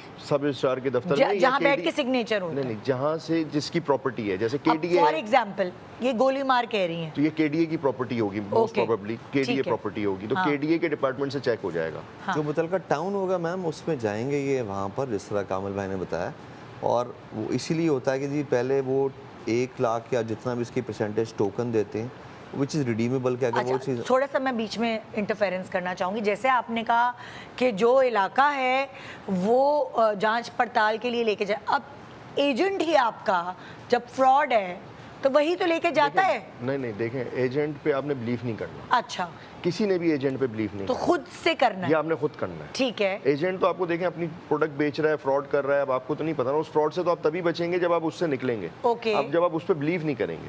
ठीक है। अच्छा, प्रॉपर्टी का मसला ये है कि सिंध की ज़रा प्रॉपर्टी का थोड़ा मुश्किल मैकेनिज्म है, इसकी वेरिफिकेशंस मुश्किल है, क्योंकि पूरा कराची जो है मुख्तलिफ हिस्सों में बटा हुआ है। कुछ KDA की प्रॉपर्टी है, कुछ MDA की प्रॉपर्टी ओके, है, कुछ कुछ रेवेन्यू DHA है। कुछ रेवेन्यू है, हाँ। कुछ DHA है। तो DHA वाली तो देखें बड़ी ऑर्गेनाइज्ड है। हाँ। वो जो DHA में प्रॉपर्टी लेता है उसको वो थोड़ा safe होती सेफ होता है, उसे पता भी होता है। हाँ। वो DHA के ऑफिस चला जाता है। अब बाकी इलाकों में आपको पहले ये पता ही नहीं है कि ये प्रॉपर्टी है किस डिपार्टमेंट की। Exactly। तो आपने वेरिफिकेशन किससे करानी है। हाँ। लेकिन ये कि जो पेपर लिए जाते हैं उसके ऊपर लिखा होता है कि KDA की प्रॉपर्टी है, ये MDA की प्रॉपर्टी है, ये किसकी प्रॉपर्टी, तो आप उस डिपार्टमेंट में चले जाएं। ओके। तो बड़ा बड़ा सिंपल है, इतना मुश्किल नहीं है, आपको पता चल जाता है। और मैम वो एक बड़ा इसको उर्दू में कहते हैं मुश्तरी होशियारबाज, और अंग्रेज़ी में कहते हैं कैवियर टेम्पटर, बड़ा एक रोम मतलब हज़ारों साल पुराना है कि जो बंदा चीज़ ले रहा है उसने छांछ पटक करनी है। बिल्कुल। The onus is on the buyer that he has to do the due diligence.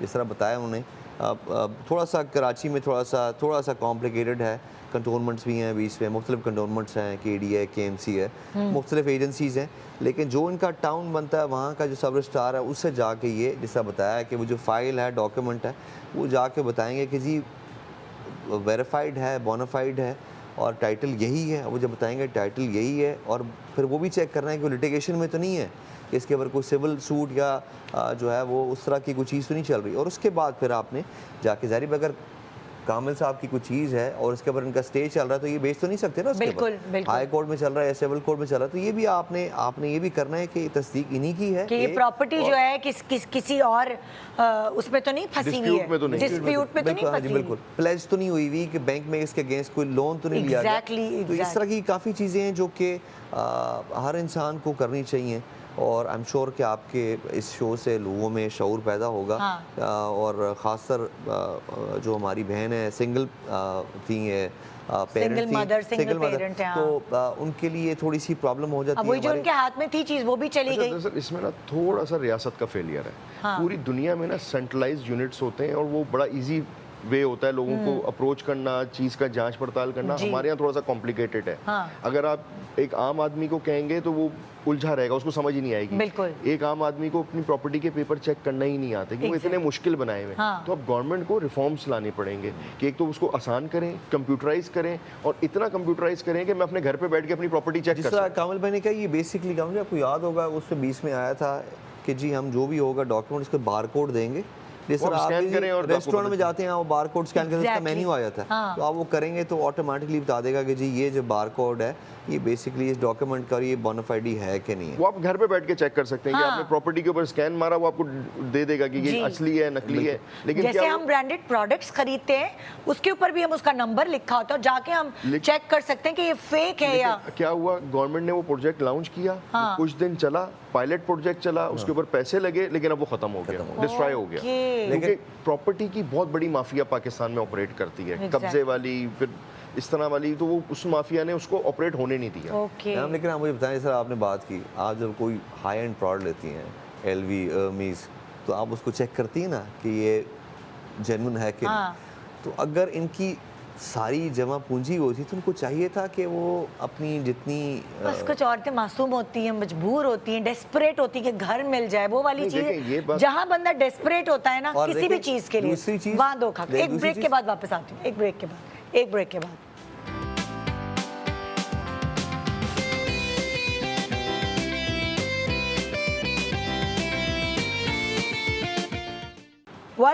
Welcome back, good morning Pakistan. आज आपको अलग अलग तरीके के फ्रॉड्स से हम ख़बरदार कर रहे हैं और बहुत सारी चीज़ें हैं जिनसे आप बच सकते हैं अगर आप ये प्रोग्राम गौर से सुने और देखें, क्योंकि हमें बहुत सारी चीज़ों के फैक्ट्स पता चल रहे हैं जो जब भी हम पिछली सेगमेंट में बात करते हैं डेस्परेट होते हैं किसी भी चीज़ के लिए, सो हम कभी कभार गलत फ़ैसले कर लेते हैं और कभी कभार वो लालच कि हमें अगर कोई महंगी चीज़ सस्ते में मिल रही है, हम ये नहीं सोचते कि क्यों मिल रही है सस्ते में, क्या ऐसी उसमें ख़राबी है या क्या चीज़ आपके साथ फ्रॉड हो रहा है। बहुत सारी चीज़ों में आप सोच सकते हैं कि गड़बड़ हो रही है हमारे साथ। सो मैं नेक्स्ट पूछना चाहूँगी फ़रहीन से कि फ़रहीन क्या हमें ख़बरदार करना चाहिए किस चीज़ से। जी फ़रहीन। अस्सलाम वालेकुम। अस्सलाम वालेकुम। वालेकुम अस्सलाम। आज से 2 साल पहले मैंने एक ऑफ़िस को ज्वाइन किया था, जहाँ पर उस ऑफ़िस में जो है इन्वेस्टमेंट के लिए लोगों को कहा जाता था कि आप अगर 1 लाख रुपए इन्वेस्ट करेंगे तो आपको 15,000 रुपये उस पर मंथली प्रॉफिट दिया जाएगा। तो वो जॉब मैंने स्टार्ट की और सबसे पहले मैंने ख़ुद 1 लाख रुपये उसमें जमा करवाए और 15,000 मुझे मिलना शुरू हो गए। तो मेरा जो यकीन था वो पुख्ता हो गया और फिर उसके बाद मैं बड़ी खुश थी कि मुझे 15,000 रुपये महीना मिलने लगा था। 3 महीने गुजरने के बाद मैंने अपनी बहन को मशवरा दिया। मैंने कहा भाई बड़े मज़े से मुझे तो 15,000 मिलते हैं 1 लाख पे, तुम भी 2 लाख रुपए जमा करवा दो। तो मेरी बहन ने कहा चलो ठीक है। उसने 1 लाख रुपए उसने भी करवा दिए, 2 लाख उसके पास नहीं थे तो उसने भी 1 लाख रुपए जमा करवा दिए। इसके बाद इसी तरह होते होते मैंने 4-5 अपने करीबी रिश्तेदारों को एग्री किया, क्योंकि मेरी जॉब भी थी वहाँ, मेरी रेपुटेशन भी अच्छी चल रही थी कि भाई मैं काफ़ी लोग लेकर आ रही हूँ और लोगों को पैसे भी मिल रहे थे। बीच बीच में 1-2 क्लाइंट्स ऐसे भी थे जिन्होंने कहा कि उनको पैसे रिटर्न चाहिए, तो उनको रिटर्न भी किए गए। तो मैं काफ़ी खुश थी कि बहुत अच्छा ऑफिस है, बहुत अच्छा सब कुछ चल रहा था। इस तरह करते करते मुझे वहाँ पर तकरीबन 7 से 8 महीने हो गए। मेरे साथ एक और लड़की भी थी, मेरी कुलीग थी, वो मुझसे भी ज़्यादा पुरानी थी, उसे 1 साल हो चुका था, तो उसने भी काफ़ी लोगों को हायर किया। इस तरह करते करते हम लोगों ने मैंने तकरीबन अपने रिश्तेदारों के 25 लाख रुपए वहाँ पर जमा करवाए और भी क्लाइंट्स थे, उनको मिला के तकरीबन 35 से 40 लाख रुपए मैंने वहाँ पर इन्वेस्ट करवाए लोगों के। जो मेरे साथ जो दूसरी लड़की थी, उस लड़की ने तकरीबन 70-80 लाख रुपए, क्योंकि वो मुझसे भी ज़्यादा पुरानी थी। तो इस तरह करते करते जब 1 साल उस ऑफ़िस को हो गया, वहाँ पर पुराने हो गए, तो एक दिन अचानक से जो हमारे बॉस थे उन्होंने कहा कि मेरी अम्मी को अटैक आया है, मैं 15 दिन के लिए यहाँ से जा रहा हूँ, ठीक है, आप लोगों की छुट्टी है। हम लोग 15 दिन के लिए अपने घर पर आराम से रह रहे थे। 15 दिन पूरे हुए, हमने कांटेक्ट करना शुरू किया तो नंबर बन जा रहा था। अब जब नंबर बन जाता रहा, हमने 1 हफ़्ता मज़ीद इंतज़ार किया। दोनों ने एक दूसरे से कांटेक्ट किया, हम दोनों लड़कियों ने, वहाँ पे मेल्स ज़्यादा थे, फीमेल्स में हम सिर्फ 2 ही लड़कियाँ थे। हमने और भी ऑफ़िस के लोगों से कांटेक्ट किया तो सब ने यही कहा कि नंबर बंद है, ऑफ़िस भी बंद है, ऑफ़िस पर ताला लगा हुआ था। वहाँ जाकर मालूम किया कि भाई ऑफ़िस पे ताला क्यों है, क्या वजह है, तो पता चला कि ऑफ़िस खाली है, वहाँ पर कोई ऑफ़िस नहीं था।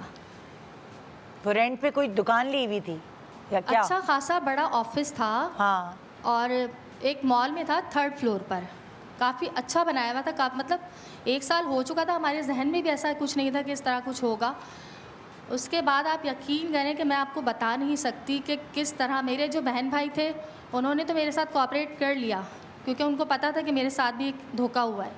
लेकिन बाकी के जो लोग मुझे नहीं जानते थे, जो मेरे मोहल्लेदार थे या कोई करीबी दोस्त थी, उन लोगों ने अब तक मेरा जीना हराम किया है। और मैं बीसियाँ डालती हूँ, कमेटियाँ डालती हूँ, इधर से मेहनत करके किसी भी तरह करके वो पैसे उनको उठा कर देती हूँ।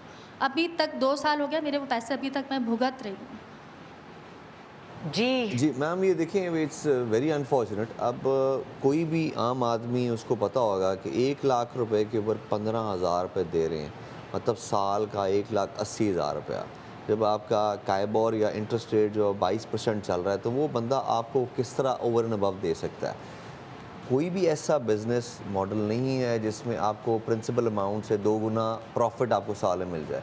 तो ये तो जिस तरह पहले बात की है कि इसी से हर किसी के कान खड़े हो जाने चाहिए कि भाई चलो 22% नहीं 30% दे रहा है, वो सब उनका इस तरह हो। लेकिन ये अगर रेट ऑफ रिटर्न आपका 15% पर मंथ है आपका, 1 लाख रुपए अगर 15,000 दे रहे हैं तो ये तो it's a Ponzi scheme. Banks भी देते 19% तक तो। मैम वो 19% नहीं देते मैम 22% है per year. Per year. 1 lakh के ऊपर आपको देंगे 22,000 रुपया साल का, तो उसको अगर आप महीने पे डिवाइड करें तो कितना बनेगा?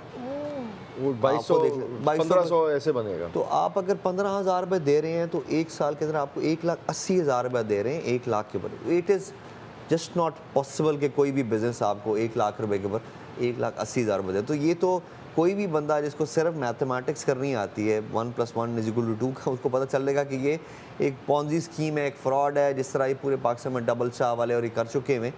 तो ये तो, और ये लोग ऐसे लोगों को झांसा देते हैं एक बड़ी अपस्केल जगह पे अपना अच्छा दफ्तर बना लेंगे ताकि लोगों को शीशे में उतार लें, कुछ लोगों को पैसे भी देंगे, 2-4 लोगों को वो प्रिंसिपल अमाउंट भी वापस कर देंगे को चाहिए होगी, और उनके टेस्टिमोनियल भी लेंगे, लोग कहेंगे वाकई ये एतबार। लेकिन उसकी बेस में होता कुछ नहीं, वो बेसिकली आपका प्रिंसिपल लेके उसको दे रहे होते हैं, उसका प्रिंसिपल लेके उसको महीने की इंस्टॉलमेंट दे रहे होते हैं, और पीछे उनका कोई बिज़नेस मॉडल नहीं होता। तो ये तो इट्स अ वेरी टिपिकल जो इसको पॉन्जी स्कीम कहा जाता है, वो पॉन्जी स्कीम है जिसमें सादा लोगों के वो उनको झांसा दे के, थोड़ी लालच दे के वो करते हैं और उसके बाद उनका होता है। अच्छा, 1 लाख रुपए टारगेट भी उन्होंने ऐसा किया ना, हर बंदे को दे सकते हैं, चुपता नहीं है। वो कहते हैं अच्छा 1 लाख रुपए के ऊपर 15,000 आ रहे हैं, 4 महीने में मेरे लाख रुपए तो बाहर हो जाएंगे, फिर नफा ही नफा है। हाँ। तो लेकिन लोग तो खुद यहाँ बेवकूफ़ बनने के लिए तैयार है ना, अब इसको कैसे रोक सकते हैं? हाँ। अब 7 माह के अंदर आप कहना चाह रही हैं कि 1 लाख रुपए दें और 7 माह के अंदर आपके पास 1,05,000 रुपये प्रॉफिट आ जाएगा, आपका प्रिंसिपल पड़ा हुआ है।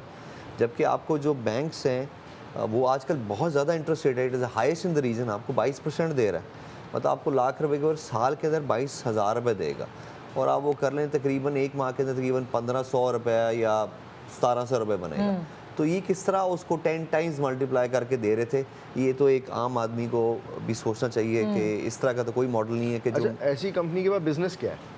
अगर चले वो मुझसे 1 लाख रुपया ले भी रहा है या लोगों से 1 लाख रुपया, इन्होंने बिजनेस नहीं देखा ना उनका कि भाई वो किधर इन्वेस्ट करके दे रहा है, वह घर से तो नहीं लाके देगा ना। अच्छा, उसका बिजनेस कोई होगा ही नहीं।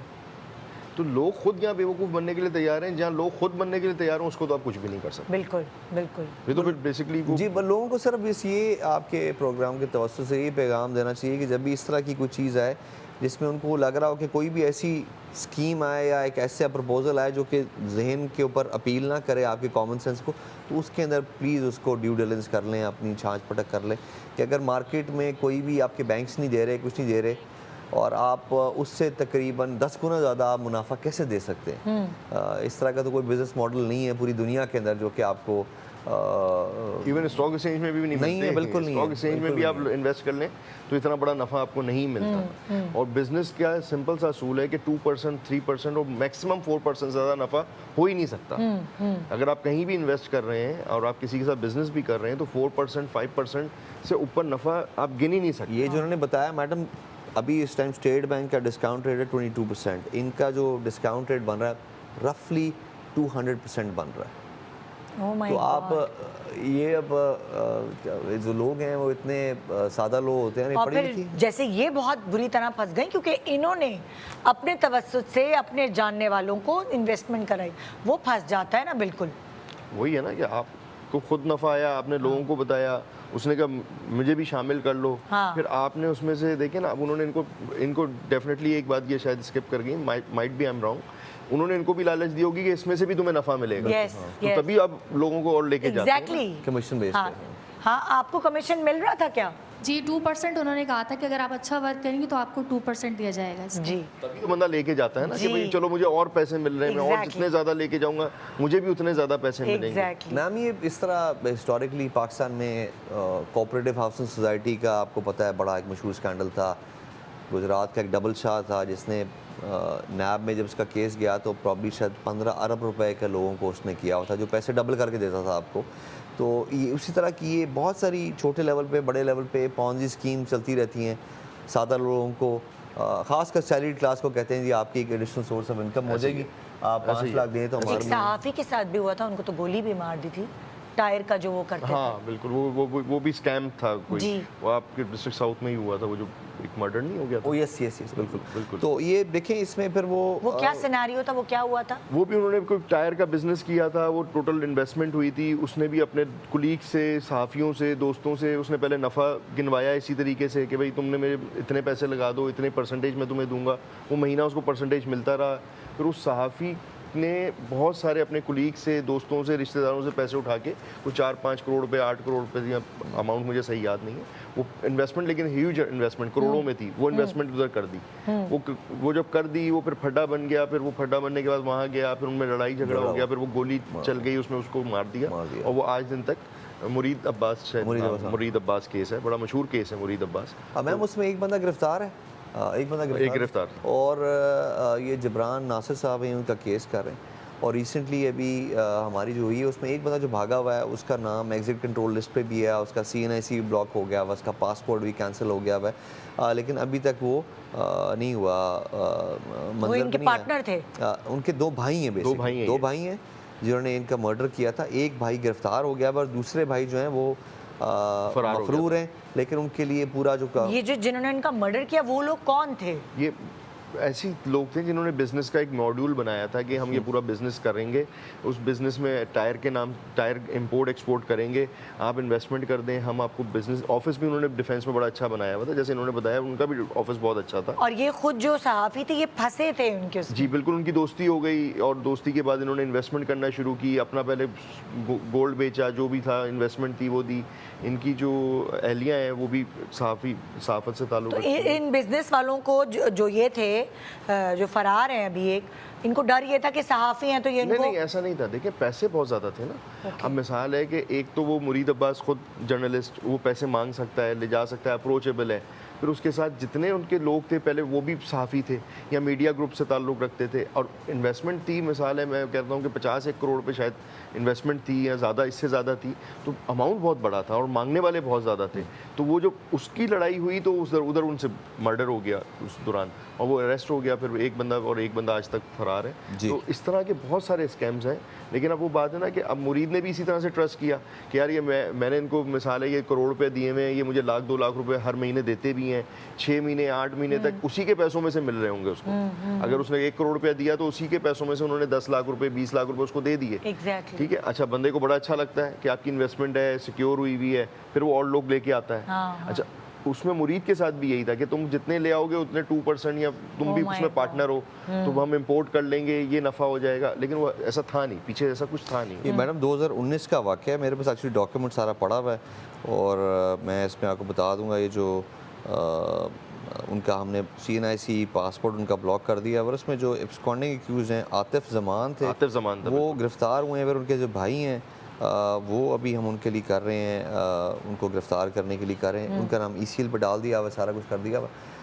जिस तरह बताया कि इसमें पढ़े लिखे लोग भी समझदार। ब्रेक के बाद हम वापस आते हैं। तो जैसे जैसे वापस आते जा रहे हैं दिमाग वो होता जा रहा है कि अल्लाह क्या क्या हो रहा है। बस दुआ करें कि आपको इन सारी चीज़ों से बचाएं और थोड़ा सा अपनी अकल ख़ुद भी इस्तेमाल करें, क्योंकि अल्लाह मियाँ ने अकल दी है ना, वो कभी कभार भटक जाती है। Good morning Pakistan.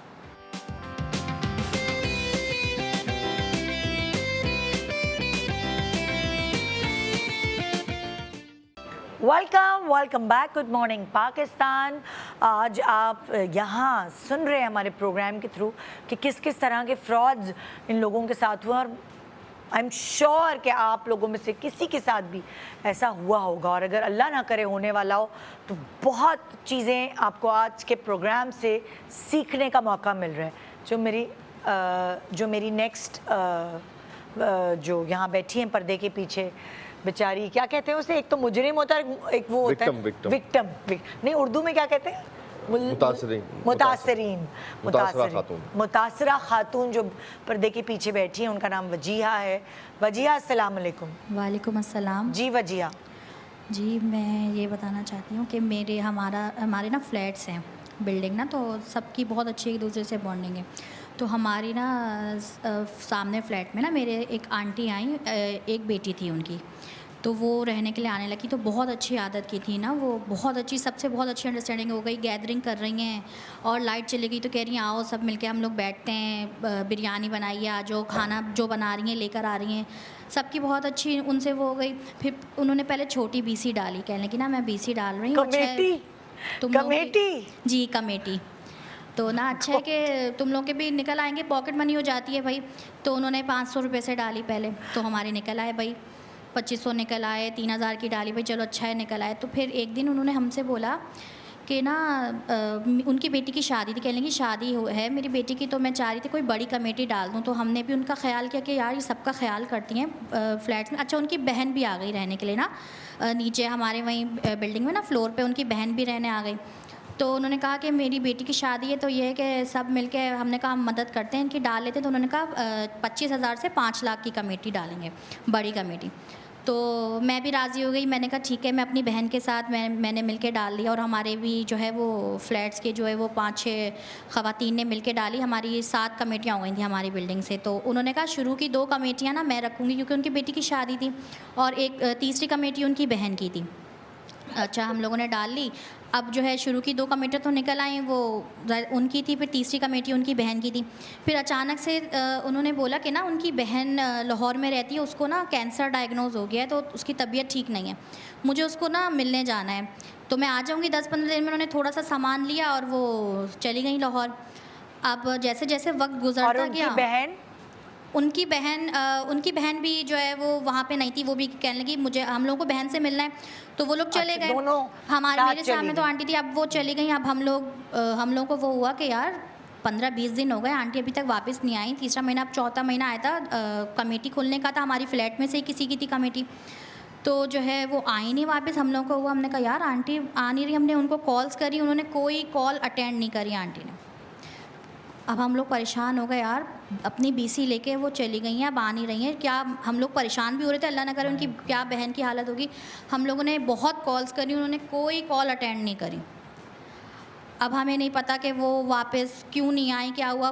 बीसी लेके वो भाग गई, 3 महीने की उन्होंने जमा करी बीसी, और वो चली गई। और उनकी बहन भी नीचे नहीं मिली, हम उनके पास जब गए तो वो भी नहीं थी वहाँ। तो अब वो नहीं मिली, कितने अरसा हो गया? नहीं आई नहीं, ये भाग गई ना वो, आप ये कह रही हैं। और मुझे पता नहीं क्यों मुझे हंसी आ रही है इस चीज़ पे। 1 साल हो गया है इस बात को, और जो है क्यों वो डालते हैं लोग मेरे कमेटी? हस्बैंड ने तो मना किया था कि जो है ना मत डालो, लेकिन हमने उनकी एहसास में हम लोगों ने जो है वो डाल दी बीसी उनके पास। यार मत डाला करें कमेटी भाई इस तरह। नहीं अब देखिए ना, उनको पता चलना था कि वो उन्होंने कहा कि जी पहली दोनों कमेटियाँ हम अपनी निकालेंगे, हमारी शादी है, हाँ तो इनको थोड़ा सा उस पर होशियार होना चाहिए था।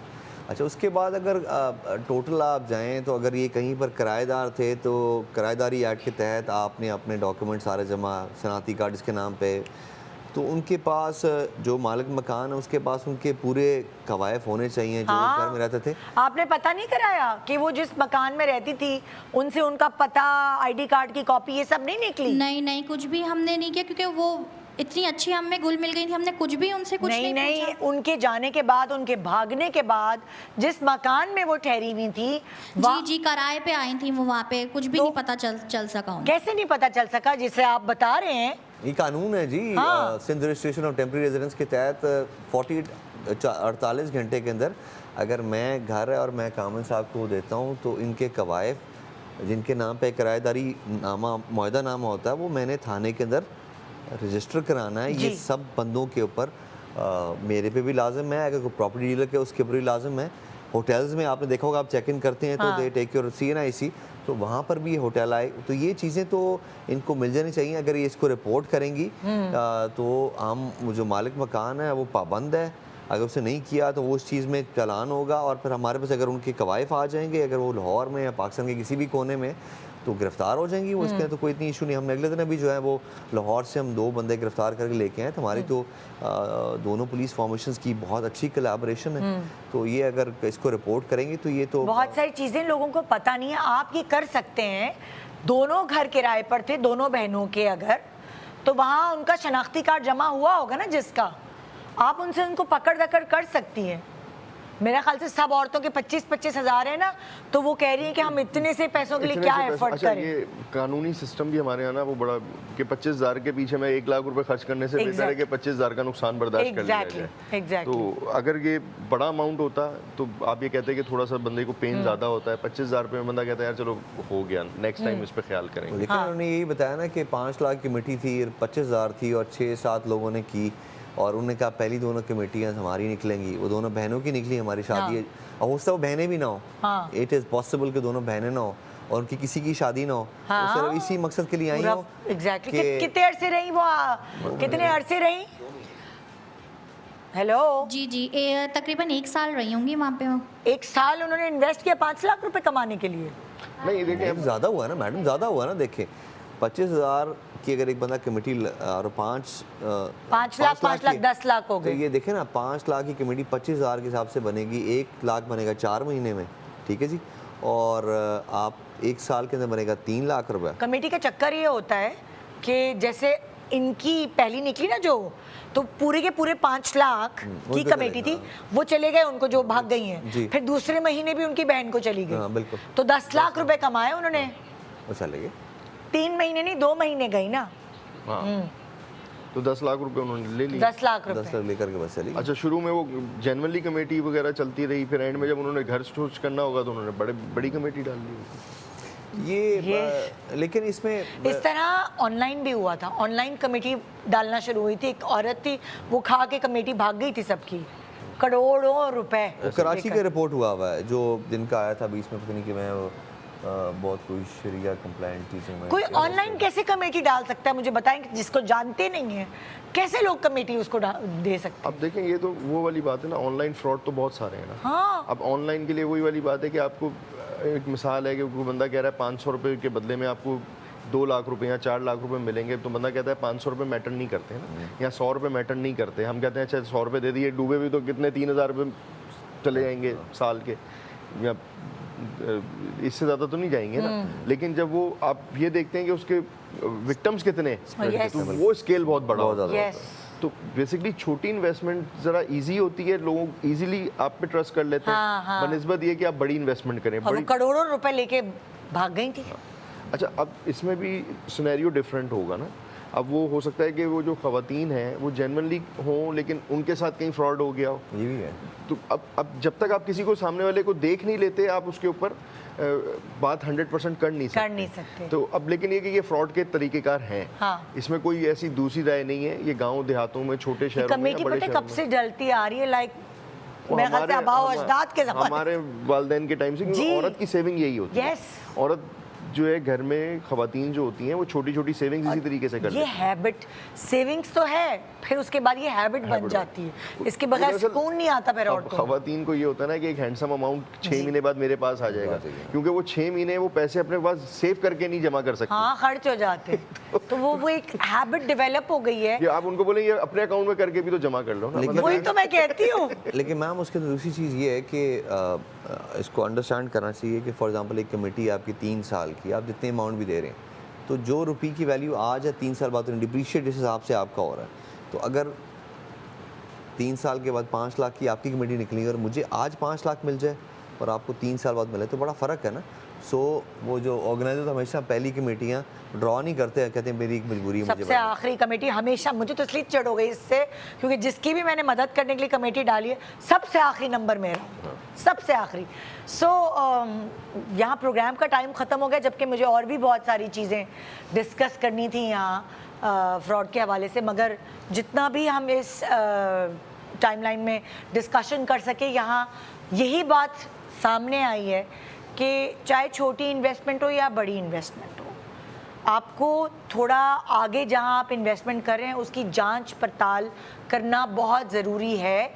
चाहे वो रिश्ते हों, रिश्ते जोड़ने हों, प्रॉपर्टी ख़रीदनी हो, कमेटी डालनी हो, वीज़ा लगवाना हो, और बहुत सारे और स्कैम्स हैं जो कि हमने पिछले प्रोग्राम में भी डिस्कशन की थी। इंशाल्लाह हम अगले भी कुछ अरसे बाद लेकर आएंगे। स्कैम्स ख़त्म नहीं हो रहे, मतलब जितना अवेयरनेस बढ़ रही है उतने ही फ्रॉड्स भी बढ़ रहे हैं, जितना टेक्नोलॉजी बढ़ रही है उतने ही फ्रॉड्स और आसान भी होते जा रहे हैं। सो ईविल जीनियस लोग हर जगह बैठे हुए हैं और वो उससे फ़ायदा उठा रहे हैं इनोसेंट लोगों से। मैम सिर्फ आपके प्रोग्राम की तवज्जो से मैं कहूँगा कि जो सारे विक्टिम्स हैं इन लोगों को चाहिए कि वो अपने जो क्रिमिनल जस्टिस सिस्टम है इस पे एतमाद करें, एतबार करें, और जो भी इनके साथ होता है इसको मेहरबानी करके रिपोर्ट ज़रूर किया करें, ताकि कुछ चीज़ एक डॉक्यूमेंट तो हो जाए कि जी यहाँ पर एक ऐसा वाक़या हुआ था जी। और उसमें फिर पुलिस भी अपनी कोशिश करती है और किसी न किसी वो मतलब मे बी आज नहीं तो कल वो बंदे पकड़ पकड़े तो जाते हैं। आएगा। जी बिल्कुल। हम नंबर्स भी यहाँ बैंड में चला रहे हैं जहाँ हेल्पलाइन पे आप जाके अपनी रिपोर्ट्स इस तरह, क्योंकि मुझे नहीं, आज तक मुझे नहीं पता कि मैं कैसे जाऊँ FIR कटवाऊँ। शायद मेरे मियाँ को पता होगा, मेरे अब्बू भाई को पता होगा, पर मुझे नहीं पता कि मुझे कैसे जाना है थाने, FIR दर्ज करानी है। ये सिस्टम जब मैं मुझ जैसी पढ़ी लिखो की को नहीं पता, तो बहुत सारे ऐसे लोग हैं जिनको नहीं पता। ऐसे ही सो वो हेल्पलाइन पे जाएं, और बहुत सारी सिस्टम्स का हमें अब गूगल के थ्रू भी पता चल सकता है कि ये प्रोसीजर है। अच्छा, अगर आपको कुछ नहीं पता और आपने हाँ। बहुत इजीली पता करना है तो आप कोई बहुत नंबर पे नहीं जाएं, 15 डायल 15 पे कॉल करें, करें। सिंपल, आप उनसे पूछ लें, वो आपको गाइड कर देंगे। ठीक है। 15 पे किसी किस्म की भी इमरजेंसी हो, आपका घर में आग लग गई है, चोर आ गए हैं, आपकी गाड़ी खराब हो गई है, कुछ भी है, मोहल्ले में कोई इंसिडेंट हो गया, मोहल्ले में एक्सीडेंट हो इंसिडेंट गया है, आपको नहीं समझ आ रही, आप प्लीज़ 15 पिक करें, because 15 works round the clock. वो जो मैंने आपको हेल्पलाइंस बताई हैं वो आपके हमने कलीग को बता दी थी, वो फ्लैश कर रहे हैं अभी, वो भी 24/7 चलती हैं, लेकिन वो जेंडर स्पेसिफिक आपको बताया, डोमेस्टिक वायलेंस और वो हमारे बैंड में चल रही है। थैंक यू सो मच आप दोनों के टाइम का। एंड जी, ये था हमारा आज का शो। उम्मीद है आपने सीखा, समझा होगा कुछ, और अपने आप को बचाएं, क्योंकि अल्लाह ने सबको अकल बराबर दी है। हाँ, हम दुआ अल्लाह से मांगते हैं कि हमें बचाए, हमें उठते बैठते हम यही दुआ मांगते हैं, लेकिन प्लीज़ अपनी अकल का भी इस्तेमाल करें जो आपको उस खुदा ताला ने ही दी है। Good morning Pakistan.